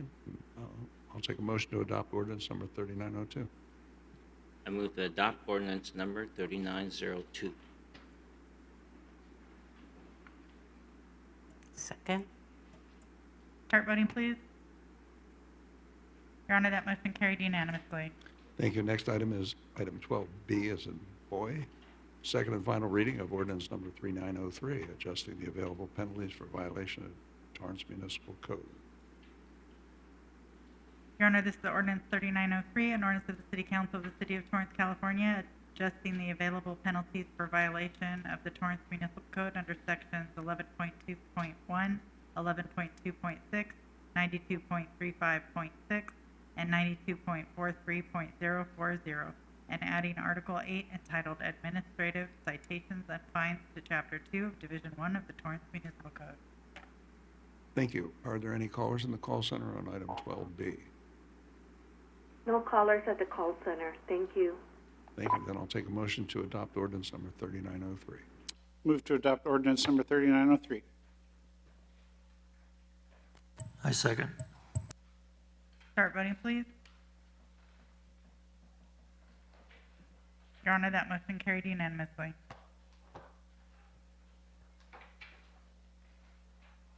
We move on to item 13, City Council Oral Communication number 2. Are there any callers in the call center on oral communication number 2? Yes, Mayor, we have one caller so far. We'll transfer the person now. Rose Q, you are now unmuted. Your 1 minute starts now.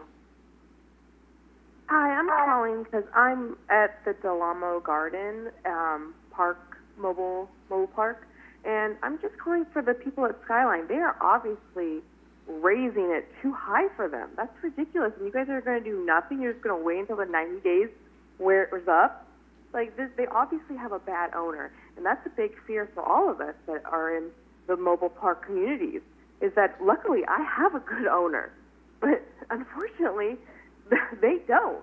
And these are senior citizens. They're on fixed incomes. And you guys are going to do nothing, just wait until the 90 days? Oh, whatever. That's awful. That's awful. These people, they don't have extra income coming in. They're just being raised too high, and that's just ridiculous. You guys are fucking assholes. Mayor, that caller disconnected themselves, and there are no more callers in queue for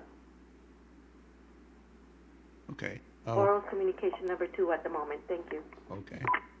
Mr. Sullivan, are we time restricted on this? Well, it says it's limited to a 15-minute period. It doesn't say we will be here for 15 minutes. Yeah, the Lawyers can disagree. Lawyers can disagree. The code says that you're supposed to be there if it's a time period for the time. Because I guess my interpretation would be that it's 15 minutes because it says limited to 15 minutes. So that's the max it could be. But I can see how someone could see it a different way. My interpretation would be 15 minutes, but you're the council. Yes, we are the council. Yeah, but I got laid off. Had nothing to do with the 15-minute rule, though, did it? But if we continue conversation, we're already knocked off 2 of those minutes. That's true, yeah. Let's go on to oral communication by the council. Maybe somebody will call in and give us some words of wisdom. Councilmember Walzer. I don't have much, just happy Flag Day to everyone today, and thank everyone for their service. That was rather rapid. Councilmember Ashcraft, can you do a little bit better than that? Yes, I'll wish all fathers a happy Father's Day this coming Sunday, and hope that their families, their children are taking good care of them. Thank you. That really wasn't that long. Did you want to say anything about the concert? I know you were at the concert, you and Dan. Thank you. My husband and I were at the concert at El Camino as the mayor and his wife, no, his wife wasn't there this time, she was missing. He was there alone, and it was a wonderful time. I was pleasantly surprised, I really was, because they have not been able to meet for a long time in practice, and the rehearsal, it was an outstanding concert, and Dr. Nesha needs to be complimented over and over again for the wonderful work she's done. True it is. Councilmember Chen, you were at the concert as well, so you can start off with that. Thanks for queuing me up. Actually, that was one of the few events that my wife actually came with me. My wife, Amy, for those who don't know, is actually a music major, graduate from Azusa Pacific University, and she thoroughly enjoyed it. And I was being cultured again, because I don't have a music background, but I enjoyed it very much. You guys know that I'm not very, I'm not a man of many words, but I will go on to the next topic. I think this is a season of graduation. I think there are a lot of people who's moving on, whether you're from elementary school, middle school, high school, and college. I would say savor the moment that of all your accomplishments, and do dream big. And if you don't dream big, you will not continue to move forward. You don't guarantee success, but you can always dream and do the best you can. And I think I applaud all of you who have made that accomplishment and graduated from whichever level of education you graduated from. So congratulations to all. Good words. Councilmember Griffiths. Thank you, Mayor. I want to extend a happy Father's Day message and greeting to all the fathers out there. I'm lucky I get to go to a Dodger game for Father's Day. Not on Father's Day, though. And I, too, was at the concert, although I wasn't recognized. I was incognito. I was wearing a disguise. But I was there, and it was a very enjoyable concert. And, yeah, that's okay. It was worthwhile for me to be there, even if I wasn't recognized. So they did a great job, and very, very thrilled to have been able to attend. I have a couple things I wanted to see if I could get some concurrence from my colleagues on. It looks like we're going to have a little bit of money after all, and one of the things that I've been asking for many, many years since we built our amphitheater at Wilson Park is to have some actual concerts in the park, like many of our surrounding cities are doing, and I've been promised that that will happen year after year after year, and I know we had a little interruption with a minor thing called COVID, but I'm kind of embarrassed that we're one of the few cities that isn't doing a concerts in the park program, and I'd like to see us do that. Do you have a comment about it? Councilman, Honorable President, City Manager, I did speak with John LaRocque, our Community Service Director, and we are planning a activity series, including concerts in the park. We'll bring you an update to council. Love to hear that update, so I guess I don't need concurrence for that. We're working on it. It's I coming. appreciate that. Thank you. Hopefully before summer's over. You can concur, yes, please, if you guys agree. It's always nice to have a show. We'll bring back an item to share that information. The other thing I wanted to ask about is a subject kind of near and dear to me, and I hope to some of my colleagues, and that's the trees in our city. Trees are a valuable asset, whether they're on your own property or on the street property in front of your home. And they add beauty, they add environmental protection, and they actually add value to people's homes. And unfortunately, we've recently had a situation up in North Torrance where a significant number of trees were slated to be removed, And it turns out, after my jumping up and down and screaming, that maybe many of those trees didn't really need to be removed. And thankfully, we were able to stop a lot of those trees from coming down, and got agreement from staff that we could review that process. And so I'd just like to get concurrence from my colleagues that we do a formal process of bringing something forward on how we're going to handle removals of trees in the future in a way that recognizes the value of the trees, that gives the residents the opportunity to give input on that tree removal, and also in the case where it affects a neighborhood to engage with our community better than what we've done now. And one of the things I'd specifically like to ask, because so many people that I talk to in that particular area claim that they didn't get notified, is that right now the city or their contractor just puts a little white dot on the tree that's scheduled to be removed. So somebody walking by might not ever realize that that tree is scheduled for removal. And so one of the things I'd like to see added into that new program, if we concur, is that we actually post a sign on the tree that people can read when they're walking by and not have to interpret a colored dot on the tree. And that way they're welcome to say, hey, I object to this, and be able to add their comments, which I think is the right thing to do for our residents. And so if my colleagues would agree that we have a better program come forward, I'd sure appreciate that. And I know. Yes, sir. Yes, Council, we plan to bring a formal item, and to expand on that, we can even add a QR code to that poster that individuals can scan and be directed to an informational website that walks through the methodology. And I do agree with you. We can do a better job in engaging the community. Yeah, I really in appreciate that. And I know you said that verbally when I was out there with you all. Yes. Recently, and I just want to make sure that it comes back to the full council for discussion. Thank you very much. That's all. Councilmember Kalani. Thank you, Mayor. Happy Father's Day to all the fathers out there. I think almost every one of them in the room. Happy Father's Day. I want to thank everybody once again that applied for the commission positions. I just really appreciate your commitment to the city. And on Flag Day, I wanted to talk about a wonderful, lovely act of kindness. I do proudly fly the American flag and the California flag at my home. And I'm in a wind tunnel, so the flags were very, very not looking as well as they should. They were very torn at the ends and frayed. And there was a new flag on my front door with a little note that said that they really appreciated walking by and seeing the flag every day, and they wanted to donate a flag to my flagpole. So whoever you were, thank you very, very much. And that was a beautiful act of kindness, and I really appreciate it. Good night. You're welcome. Was that you? No. Okay. I wish it was. Councilmember Matucci.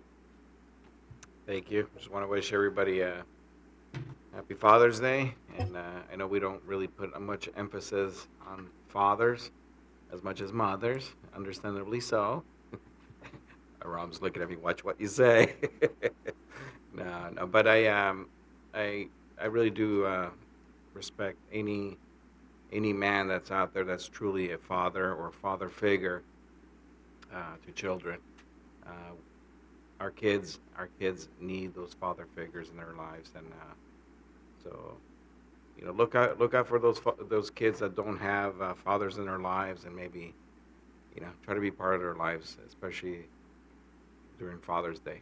Be that role model for them. That's all I got. Good night, everyone, and I really appreciate what Kalani said as well. That all these applications to be on the commissions, it shows that the more names I see on that list, the more people care about the direction of our community. So really appreciate everybody getting involved, and God bless you guys. God bless Torrance, and good night. Thank you. Well, speaking about Flag Day, today was Flag Day, because we're almost at the end of it. It was founded by a school teacher, Bernard J. Seagrand, at Stony Hill School in Wisconsin. He urged his students in 1885 to observe June 14th as Flag Birthday, and he wrote an essay urging Americans to honor our flag annually. A little tidbit, being from Philadelphia, everybody knows Betsy Ross is supposedly the designer of Old Glory. Probably not true. Basically, it was something that was created. There's no documentation that Betsy Ross sewed the first Old Glory with a circular star pattern. Our current flag has been constant since 1960 with Hawaii's admission into the Union, and hasn't changed since then.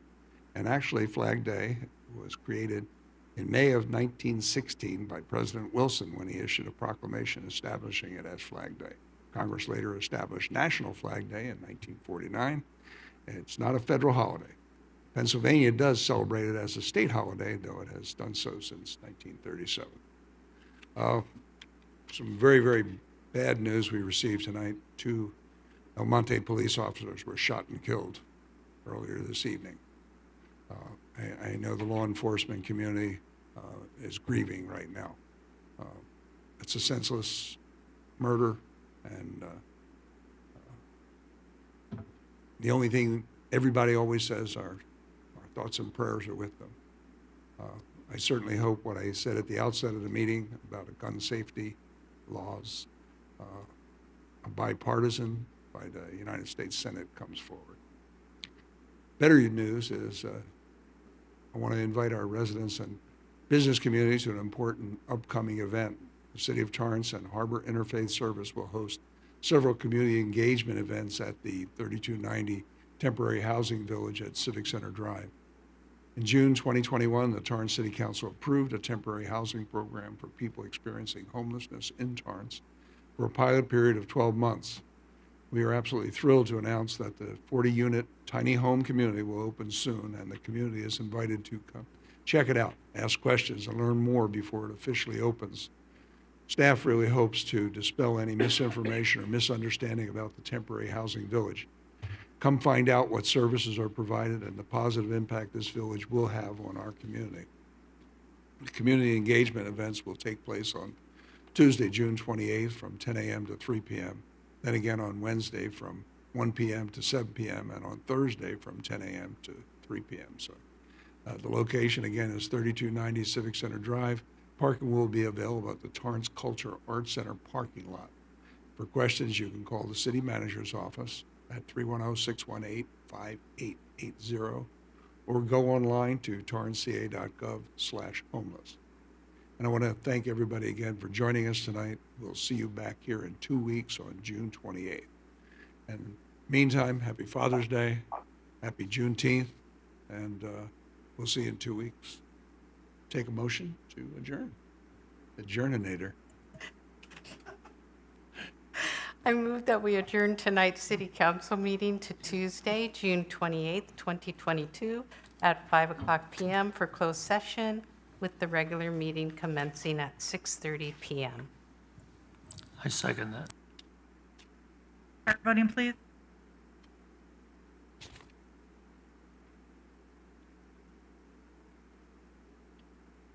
Your Honor, that motion carried unanimously. Thank you. Good night, everyone. We'll see you in 2 weeks.